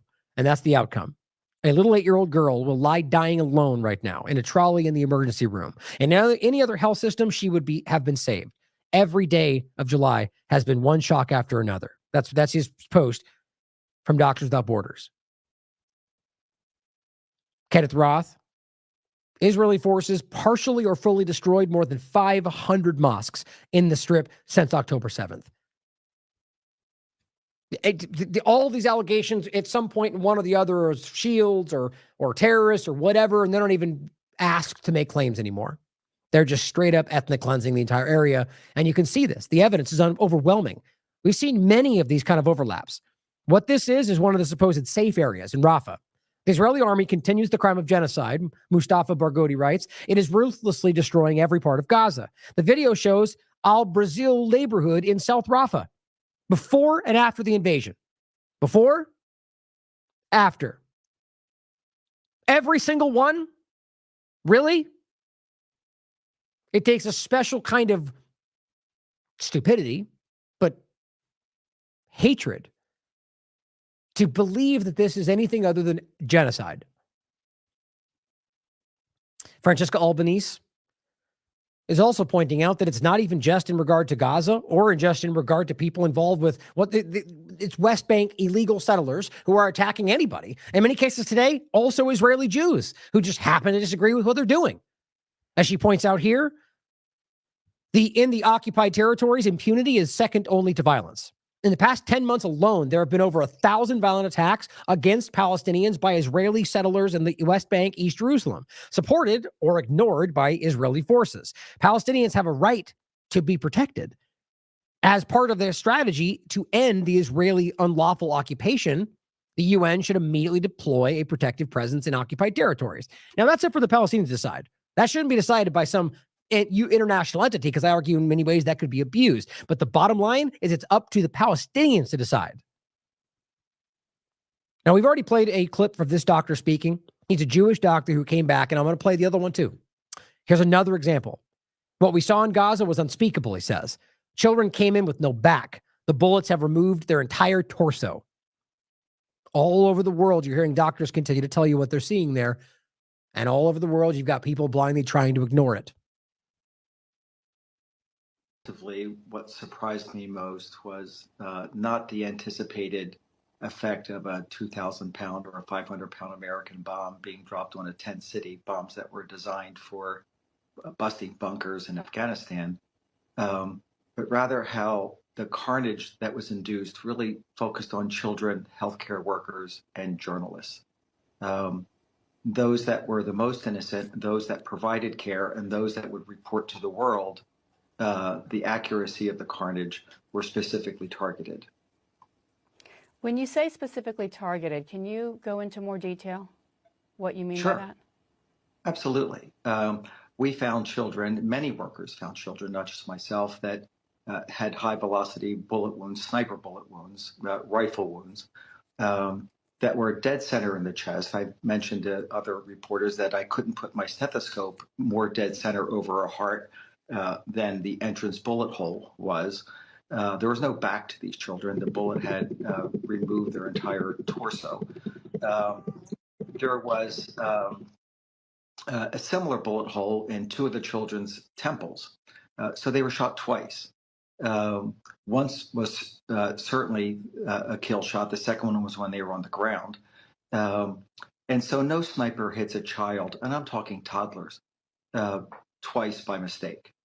And so, and that finding was duplicated by many healthcare workers, that children were specifically targeted by high-velocity rifle bullet wounds. And then there was a plethora of healthcare workers with horrible stories of being specifically targeted. And then, of course, journalists were either assassinated, not allowed back into the country, or had their equipment destroyed. Let me ask you just about the context of children being the majority of those who are suffering here. UNICEF calls Gaza the world's most dangerous place to be a child. They make up 90% of those seen in the ER there. Tell us specifically about 9-year-old Juri. 90%. 90% of the ER. This is a war on children. This is a war on everything Palestinian, and the children are focused on. Why does that not surprise us? The clear reality of the focus, that the sociopathic, psychopathic focus on just murdering everything they are. The hatred for them, children included. 90%. Who you treated. Sure. Juri, yeah, like you mentioned, she's a 9-year-old girl. She, along with her family, evacuated from Khan Yunis to Rafah under threat. And when they got to Rafah, went to her grandparents' house. That home was bombed. Her grandparents were killed. Some of her siblings were killed, and the rest were grievously injured. We found her in the preoperative area, actually at European Hospital, purely by accident. And the wounds she had, I don't want to go into the details on the air. Maybe if people want to see pictures and read the details, they can read that Politico article. But the wounds she had. We're showing Dr. Sidwa some of the photos that you provided. The wounds were just horrific. It's not something that anybody can actually fully recover from, even if she does manage to survive. And she's thankfully in Egypt now. Even if she does manage to survive, she's going to be permanently disabled for the rest of her life. And she's just one of thousands and thousands of kids who are hurt this way. It's with the healthcare system under attack, and with the healthcare needs of the population so dramatically increased from what any system really could provide. These children don't have much of a chance. God, this kills me. Now, I'm not going to play the other one. I played it before, but that's the same point. The other one just shows him, he's happy. Clearly, you can tell that he is emotionally distraught about what he has had to see as a doctor, as a trauma doctor. And he makes that point that all the different places he's been, all the different wars and different, areas of the worst kind of violence. And he has never, ever seen this before. Here is what Colonel McGregor, or is that, yeah, it's McGregor, right? That's what he said. Yeah, Douglas McGregor says with Judge Napolitano. As Rania points out, the genocide and ethnic cleansing of Palestine are old ideas, but could only be executed on such a horrific scale once the Israeli lobby took control, like it does now, of America. That's what she writes. Don't forget, Trump is on the record with, not too long ago, a radio show saying that the Israeli government had control over Congress. It used to, and it should be. And I think he said, and rightly so, but Biden stopped that, but we're going to put that back in place. They're paraphrasing. That's not a joke. It's the same like anything else. People that don't want to hear that, well, that can't be true. I've played it many times. It's a very public and prominent interview where he openly says this. Why can't people who see, like the idea that we're talking about a foreign entity, China or Russia, and you can hear him literally state that that government should have control over our Congress? How is that possible? This is an old plan taken off the shelf, dusted off, and put into action. This is something the Israelis have wanted to do for a long time, which is eradicate what's left of the Arab population from Israel. I've had more than one tell me privately, we should have done this 30 or 40 years ago. Well, okay, but, they recognize that opportunity was past. It was no longer possible. Well, it's turned out to be possible because 30 or 40 years ago, the Israel lobby and its agents inside the United States did not control the U.S. government. Today, they control the United States government. They control the media. They control finance, not just us, but also London and much of Western Europe. And as a result, they can impose discipline. And that's what you're seeing in operation. We are not going to walk away from Israel. We're going to back them to the hilt. So yes, we're backing the expansion of the Israeli state. No question about it. Now, here's what's important. This is a colonel speaking from a military perspective, not about religion, not saying that Jews control the world, right? The point is that this is why that Zionist agenda has made that so contentious, because you're hiding what they're literally doing. And again, there's a lot of Christian Zionists. It's the same conversation. But to make it, if you say that somehow it's a trope about the Jews, well, people for a very long time have been scared away from pointing out that obvious problem. And it's make it about anything else. It's make it about another political organization that has influenced media, that has influenced all these things and control our government. That's what's happening. But just because they scare you away with threats of anti-Semitism, people have been so afraid to highlight these provable realities. And on top of that, you now have people that push in the concept that, see, he's telling you the Jews control the world. And this is the problem. There's obviously an overlap, but the problem is that is what's being used to hide the larger issue. And some people genuinely believe that. I aggressively believe that they're wrong. But I think at the end of the day, it's up for you to decide. But realize that what he's saying is unequivocally proven. That Zionist organizations, as we're already highlighting, are infiltrating all around the world. And hear it again. The majority of Zionists in the world today are Christian. So as much as they try to make that frame, you say Zionist, you mean Jew. And that's not true. In fact, it's quite the opposite when you realize the bigger picture, but it does include Jewish Zionists. And this is the conversation that's being fleshed out all over the place. Here's another example. Here's a Holocaust survivor telling you what's happening in Gaza. Of taking sides, it's a question of being concerned with the fate of humanity. Palestine right now is a focal point. It's a focus for all that is troubling and threatening humanity. There were studies of Palestinian kids done over 20 years ago now that showed them amongst the most traumatized people in the world, with mental health issues and behavior problems and physical problems and post-traumatic symptoms. What can we imagine is going to be the impact when so many of them are traumatized now, orphaned right now, physically hurt right now, under the present conditions of the siege mentality inside Israel? Until we have conditions of peace, we can't even conceive of what healing might look like. But if people are no longer under threat and no longer perceive themselves under threat, and that means ending the occupation, ending the apartheid, ending the racism, we can't even talk about healing.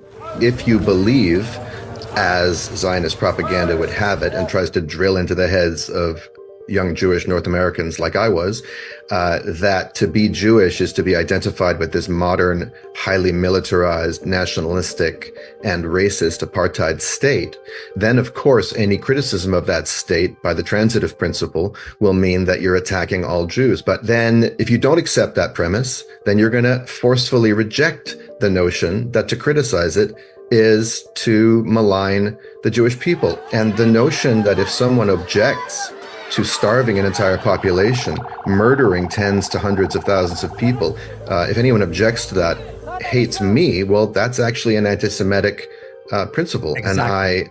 And I reject it. Meaning that what Zionism is putting out there is anti-Semitism. Yes, that's why we put that. Zionism is anti-Semitism. Zionism is the problem here. At the very least, you must recognize there's a lot of Jews like this person here who are telling you clearly that I do not agree with that. So all these claims about one equals the other are simply false. I mean, I don't even know why we have to stress this. It's objectively easy to see. One is so many 100 years old, and one is, or even less than that, one is thousands of years old. Judaism is not Zionism. Zionism is a political organization that has hijacked a lot of things, one of them being Judaism. Israel is a distortion at best of what Jewishness and Judaism are supposed to be. It's a complete misdirection, and I see it as the number one threat to the safety and physical and mental and emotional and spiritual well-being of Jews everywhere. All right. Now, the guy in the beginning, that's Gabriel Mate. That's Aaron Mate's father. Very intelligent, somebody you should look into. His work is very important. Now, here is what's currently going on for the people of Khan Yunis. And I don't even want to get in. I don't even believe the amount of times these people have been displaced just since October 7th. This is alone is a war crime. Not just because of the displacement. That is part of it as well. That is a war crime. But the idea of the torture they're experiencing. Look at this picture, guys. Look at this video. As it says, it's like witnessing the end of the world. Thousands of people in Khan Yunis, southern Gaza, are pouring into the streets, not knowing where to go because they play this game. And by the way, let's be clear. They were bombing where they were this whole time. They have been everywhere else too. But then they play the game where they go, now you got to move because we pretend that we're now going to officially bomb where we've already been bombing. So they push them into the streets, and many of them listen because at least they think they're trying to do whatever they can to not be murdered. Some of them stay, they get bombed anyway. They bomb them on the way, like we see every single time, and they bomb the place where they're going. But they're laughing about it the entire way, posting pictures, making fun of the problem they're dealing with. And they realize within this, there are starving people, there are elderly that cannot move, there are children that are suffering everyone's suffering from illnesses and skin rashes and everything else because there's no water, there's no food. They are all being tortured, starving to death. Children dying as we speak of having no food. This is what they're dealing with. Now, WikiLeaks also includes, this is how they're targeting many of these people, that the Israeli army is using Amazon's cloud service. Not a big surprise there. Another group to try to boycott, to store surveillance information on Gaza's population, while procuring further AI tools from Google and Microsoft for military purposes. Realize that Elon Musk has aspects that they're being used by the Israeli government. Elon Musk was the personal invitee from Netanyahu to the congressional speech where he lied to everybody, but they all clapped for it, including Elon. 58 standing ovations. They're all part of this problem. And here's the U.S. government. Openly endorsing genocide. Interesting times we're in. This is from the 5th. The visit by CENTCOM commander while all this is going on, this is post the rape epidemic being exposed in the prisons. But they go over and they take pictures and shake his hand while they're all supporting that. It is a direct translation of U.S. support for Israeli action. The relationship between Israel and the United States is unshakable. That's Gallant saying that. Using the U.S. to hide their crimes. Not that that even makes sense, seeing as how the U.S. has committed an endless amount of crimes around the world. But at least they pretend that they're not rapists, right? Now, to end in general, I'm going to play this and talk about, I'm going to show you some of the things we're going to get into, but I'm going to talk about it in the next show. It's the main point about Iran and what's happening there. But just for time in general, I only have a little bit left. But this is an important piece to understand. Wilkerson's the one making this point. Now, this goes back a little ways. I think maybe it's 2017, I believe. But this is discussing the first military base in Israel and how problematic that was for Wilkerson at the time. And what it showed, I mean, it's another indication that we're just completely co-opted. Again, I shouldn't say we, the U.S. government, who's pretending to represent the people of this country. That's the we.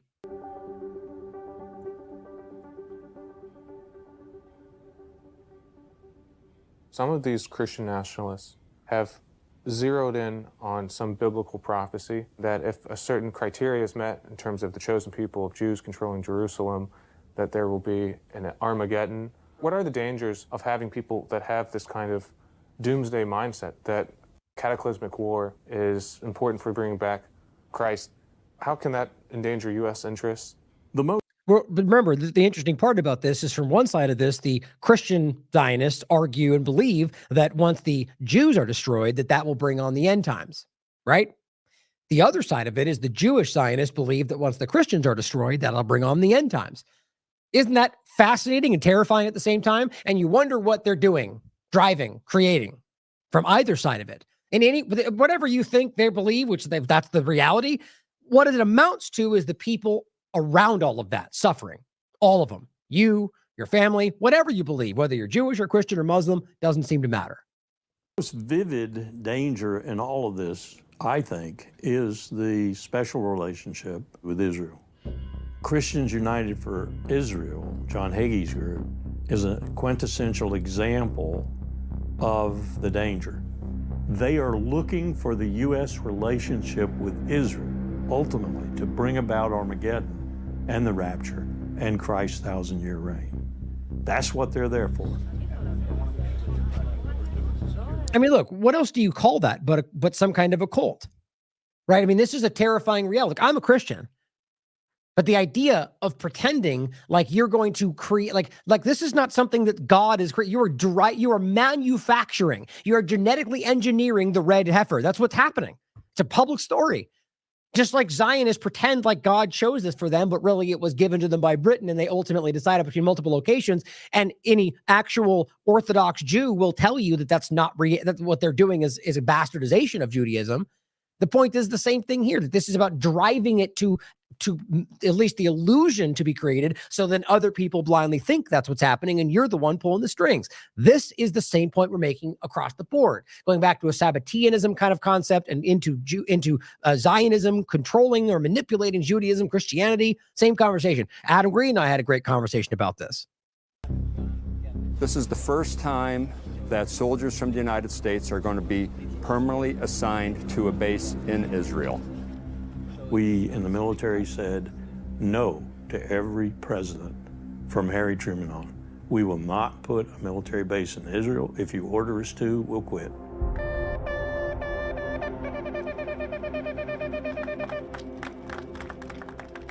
Now we got a base there. We got a base there.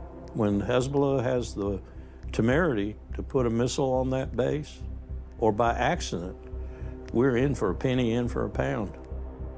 Or by a false flag, which is just as likely as any of them. That base is there, and Trump allowed that base to go there. Trump did. So that, as we say in the military, if the really hits the fan, we're in it immediately, because the U.S. has been attacked. The Stars and Stripes flies over that base. That should really concern people. And so the point is that in the past, she's saying that they all pushed back on this. They said, we'll quit.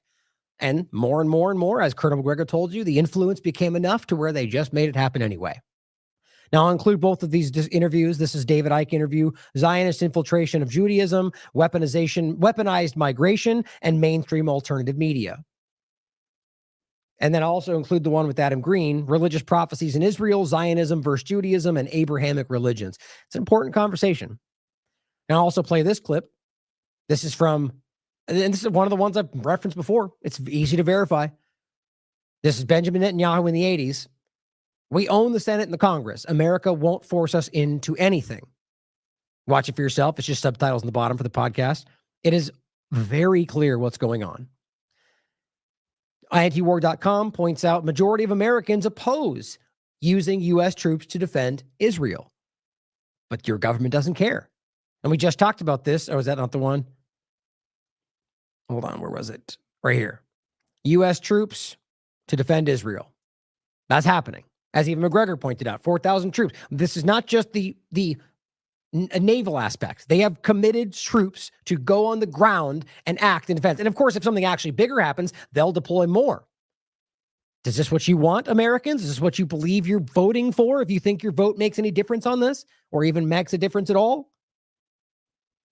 The majority of Americans oppose the idea of U.S. troops being used to defend Israel if it comes under attack by Iran. According to a poll, which of course can be manipulated, it says support for defending Israel is stronger among Republicans, with 53% in favor, only 32% of Democrats. Just important to think about that. As the results come as the Biden administration is vowing to defend Israel from expected Iranian reprisal attack. But realize, guys, this is something that they initiated. They just literally bombed Tehran, attacking and extrajudicially assassinating somebody who was acting under the protection of diplomacy. Whatever you think of him, that's the clear, provable reality. Just like with Soleimani at the Iraqi airport. This is terrorism, guys. So just like I said before, as long as you go, well, we're on the right side, so it doesn't matter. That's sociopathic. The point is that they're saying we're going to defend, we're going to stand with them, even though you're acting in what Israel would call self-defense. The U.S. defended Israel from an Iranian attack in April, which came in response to the Israeli bombing of the Iranian consulate in Damascus. Another one responding. The Biden administration intervened directly to protect Israel, and it's pledging to do so again. Realize there are people like Loomers of the world who were saying Iran's going to attack in 24 hours. Well, it didn't happen. Like a lot of things they swear they know are going to happen, or Biden's apparently dead, or he's about to terminally ill. Well, here he is. Just consider all these people that are lying to you from a very aggressive partisan perspective. Adam asked an important question. If World War III breaks out, there are two sides. Now, obviously, it could be others, but this is a good question to think about. Russia, China, Iran, Yemen, North Korea, which I don't know why. I don't think North Korea necessarily, I guess it's certainly possible, but I'm not seeing that. But you just frame it however you want. Really, to me, it would be Russia, China, Iran, Lebanon, Syria, like this overlap. That makes much more sense to me. But the point is that side. Then you have NATO, United States, Israel, UK. There's more than that too. But his point is, which side do you stand on? Well, here's my response. And I want you to think about this. I stand with the peoples of these countries who largely want nothing to do with wars of elitist oligarchs and technocrats. But the point of your question is important. Can we not see that we're being driven to lean into the next phase of the two-party illusion on a global scale? Now, that doesn't have to mean that every single aspect of this is all in unison. But realize, guys, in my opinion, has always been, of all of them, that our governments are the problem. I know that's a little bit too much for most people today. But the idea being that if we end up in a position where we're being just driven to choose, as we see the globalist agenda driving, as we see all, and again, despite all the narratives of the Republicans somehow fighting that, you're seeing them driven in the same direction as just by somebody pretending to be on your side, or by claiming that I think this, and if it's the opposite's true kind of a game, just blindly being Pied Piper by Elon right into the problem. That's Republicans, not all conservatives. But if we end up in that position where it just becomes the global two-party illusion. And it doesn't always only mean two things, but the game is like a dichotomy in which you only have selective choices, but there's many more that you're not being given. And all of them lead you in the same direction. That's what I see this as. But think about that. Think about the way that plays in the same way. Like we all see, many people are increasingly seeing through their game. This is just an extension of the same thing, in my opinion. But I stand with the peoples of these countries, whether they are Israeli or Palestinian, who actually recognize that they don't want any part of what they're driving you into. Realize who's actually driving all of this. Now, we will get into this in the next show, but Robert put out some amazing articles in the last so many days. An Israeli false flag justify attacking Lebanon, and he goes into the conversation, which is very easy to prove, by the way, that what happened there was an Iron Dome, either deliberate use of it to bomb their own location of Syria that they claimed is Israeli, an illegally occupied Syrian location, or it was an accident. They still blamed it on Lebanon. Here is an example of in March before this, so it's a different time. It's before this happened, but it's the same exact thing. This is March. And it's a video, very easy to prove. It was a publicly documented conversation of exactly the same place, of Madal Shams and the Iron Dome and a misfire and how it fell on the village. So all that's showing you is that how very clearly this is something that could have happened. And then we can prove to you that it is what happened from much different angles. But they pretended like there wasn't even an Iron Dome that was capable of this in the area. But obviously that's not the case. And then, of course, more Suppression News breaks this down, showing you the explosion comparisons and really just more proof and more evidence, really, that this is it's something the Israeli government was responsible for. Then there's the clip of the person who pretended to be from Majal Shams, a Druze member of the community, going, "We need to attack Lebanon." Except it turns out the guy was not known by anybody there, and they called him out. They surrounded him and said, "What are you not?" And the point is, he turns out to be guess what, person who is chilling for Israel, just like we see the fake conversations everywhere else. This is the area in the Golan Heights where Netanyahu and I think Ben Gvir and others, it was Smotrich, showed up and acted like they were there to support him, and they drove them out and they said, "You're not on our side," because that's the reality. This is important, by the way. Barak Ravid wrote an article for Axios saying Israel told the U.S. that if Hezbollah harms Israeli civilians as part of the retaliation, like Israel did to them, its military, they said the IDF response would be disproportionate. Don't you just love the stupidity of these people, the hubris? That means I'm going to commit a war crime. That's what that means. The whole point of proportionality that they all try to pretend is irrelevant to the guy. They're literally going, we're going to do the thing that makes that a war crime. He's publicly telling you that. But of course, when it happens, they'll claim you're a liar or a racist. But these people are ridiculous, and how they ever influence people blows my mind. And he also wrote the article, Israel's unhinged assassinations are a threat to global security. It's a great article. We know that they are already sending their show force to tell you they're going to defend this no matter what, despite the fact that they're committing crimes, assassinations, and occupation. We talked about this on the show on the 2nd. And I'll come back to this stuff. I'm just making fun of Arsen Ostrovsky saying that if Israel should strike, or Iran should strike Israel, then we should fight back. And I just reframed it back at him in the same way, showing you the lunacy of all this. That if you're making the case that his stance is that they have a right, then it's the same way in reverse. Since Israel already struck Iran, that they should not hold back in hitting Tel Aviv. It's the same point. The point is it exposes that they only think this makes sense or is allowed when Israel's the one doing it. And this is Jonathan Conrica saying, could it be that the main reason for the delay in the attack is that Iran simply doesn't know how to fight by themselves? Or that they know Israel will strike back so hard? I'm like, is he talking about Israel or is he talking about himself? Or Iran or Israel? Like, think about it. My point is the Israelis need to set up a master class on political projection. They have taken it to a whole new level. Because what he's saying, what do you mean by themselves? Your argument is that Iran is the one controlling the other groups. So why would Iran need somebody else to fight? The point is, we all know the reality of this. Anybody with a brain, even Israeli analysts will tell you that they know that they cannot stand against Iran or Lebanon or Syria without the U.S. holding their hand. And even then, they're failing. So this is them projecting what we all say and laugh about because they're the ones. And on top of that, that you'll strike so hard that how is that? What are you talking about? You've already been shown countless times to not even be able to wage, or the fact that Iran is able to fight through your resistance in very easy ways in regard to the resistance of your Iron Dome, is my point. Or the drones that show that they're unable to stop it. The bottom line is that Iran has been clear that this is about their measured response. They do this every time. We're not going to react belligerently with anger like you all do. We're going to wait and do this when it's most important. And of course, they just are trying to goad them into responding. They're not as stupid as you guys are. And this is not about good guy, bad guy. I think every government is the problem. But my bottom line is that Iran, it's an objective reality. They've shown themselves to not just take the bait, just like Russia. Here on Israeli media, they're openly saying we should preemptively strike Iran, showing you how irresponsibly dangerous these people are. Anastasia Mariupis, I think, got taken by some fake information, saying Iran has now publicly announced for the first time they've got a nuclear bomb. And I just simply pointed out, no, that's coming from, this is an old conversation. They already tried to float back in May. It's not real. It's been debunked already. And the point is that it didn't even necessarily happen the way they're claiming it did. And even if it did, one person saying that, like Lindsey Graham, does not therefore prove it's happening. Realize the IAE, the International Atomic Energy Agency, and even U.S. intelligence have said that's not what's happening. This is Israeli propaganda being seeded into the conversation because they're desperate. But my point exactly, here's Lindsey Graham introducing legislation calling for a strike on Iran.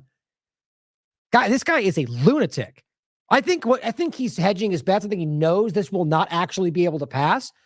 So he wants it to look like for his donors, the people that fund what he's doing, to think that he's doing this. Here's the bill. Literally bombing Iran's their civilian civilian nuclear program, as they want you to believe it's a weapons program. Again, it has been routinely proven by everybody withstanding to not be that, despite Netanyahu screaming the same thing over and over. Mike Johnson puts out a statement saying that the U.S. should declare war on Iran if it strikes Israel, despite the fact that Israel just literally struck Iran. That's how childishly stupid this is. And now they're saying, here we go. Iran is going to attack. Rather, the point is they're saying that a Pakistani has been charged with attempted assassination attempts. I'm going to get into this more. The point is simply that they're trying to charge this guy, and everyone made it about Trump. That's what the picture is and everything. Except the point is the actual conversation. Guess what it says? To carry out assassination attempts, but potentially Trump. If you read into this, there's literally nothing that connects this to Trump. Nothing. And on top of that, I don't really even believe this is what we're dealing with. I believe this is another manipulation. You guys can look into it for yourselves. We'll go through more of this in the next one. The bottom line is they're driving this aggressively. And on top of that, you're seeing reactions around the world, like these Syrian groups suddenly trying to take back what's rightfully theirs because they see an opportunity. And guess what? They have a legal right to do it because they're occupied. They have a legal right to arm resistance, whether or not they were attacked. They're illegally occupied. But guess what the U.S. is doing? Bombing them because they are controlling their oil.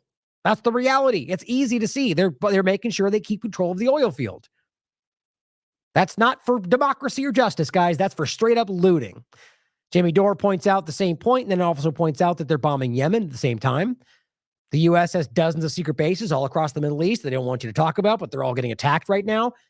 We'll talk about that in a coming show. Ukraine, by the way, is also launching incursions into Russia. I mean, this just shows you what they are supporting. If we're all pretending that Ukraine's just fighting to take back what's theirs, why are they going into Russia? Or why are they? I mean, again, this is not about bombing into Russia, which in and of itself is an incredible escalation that nobody wants to point out. They're trying to take Russian territory, and guess what they're using to do it? Neo-Nazi Russian volunteer groups. Ukraine has supported raids into Russia with these groups. Oh, so you mean those Russian neo-Nazi volunteer groups that you kept telling us were all because Russia likes Nazis? Oh, guess what? Now they're on the Nazi side. The Ukrainian side supported by the U.S. government in Israel. And they're literally taking, I mean, the point to all of this, guys, to end is just to make sure you recognize that they are the ones doing what they're projecting to the world.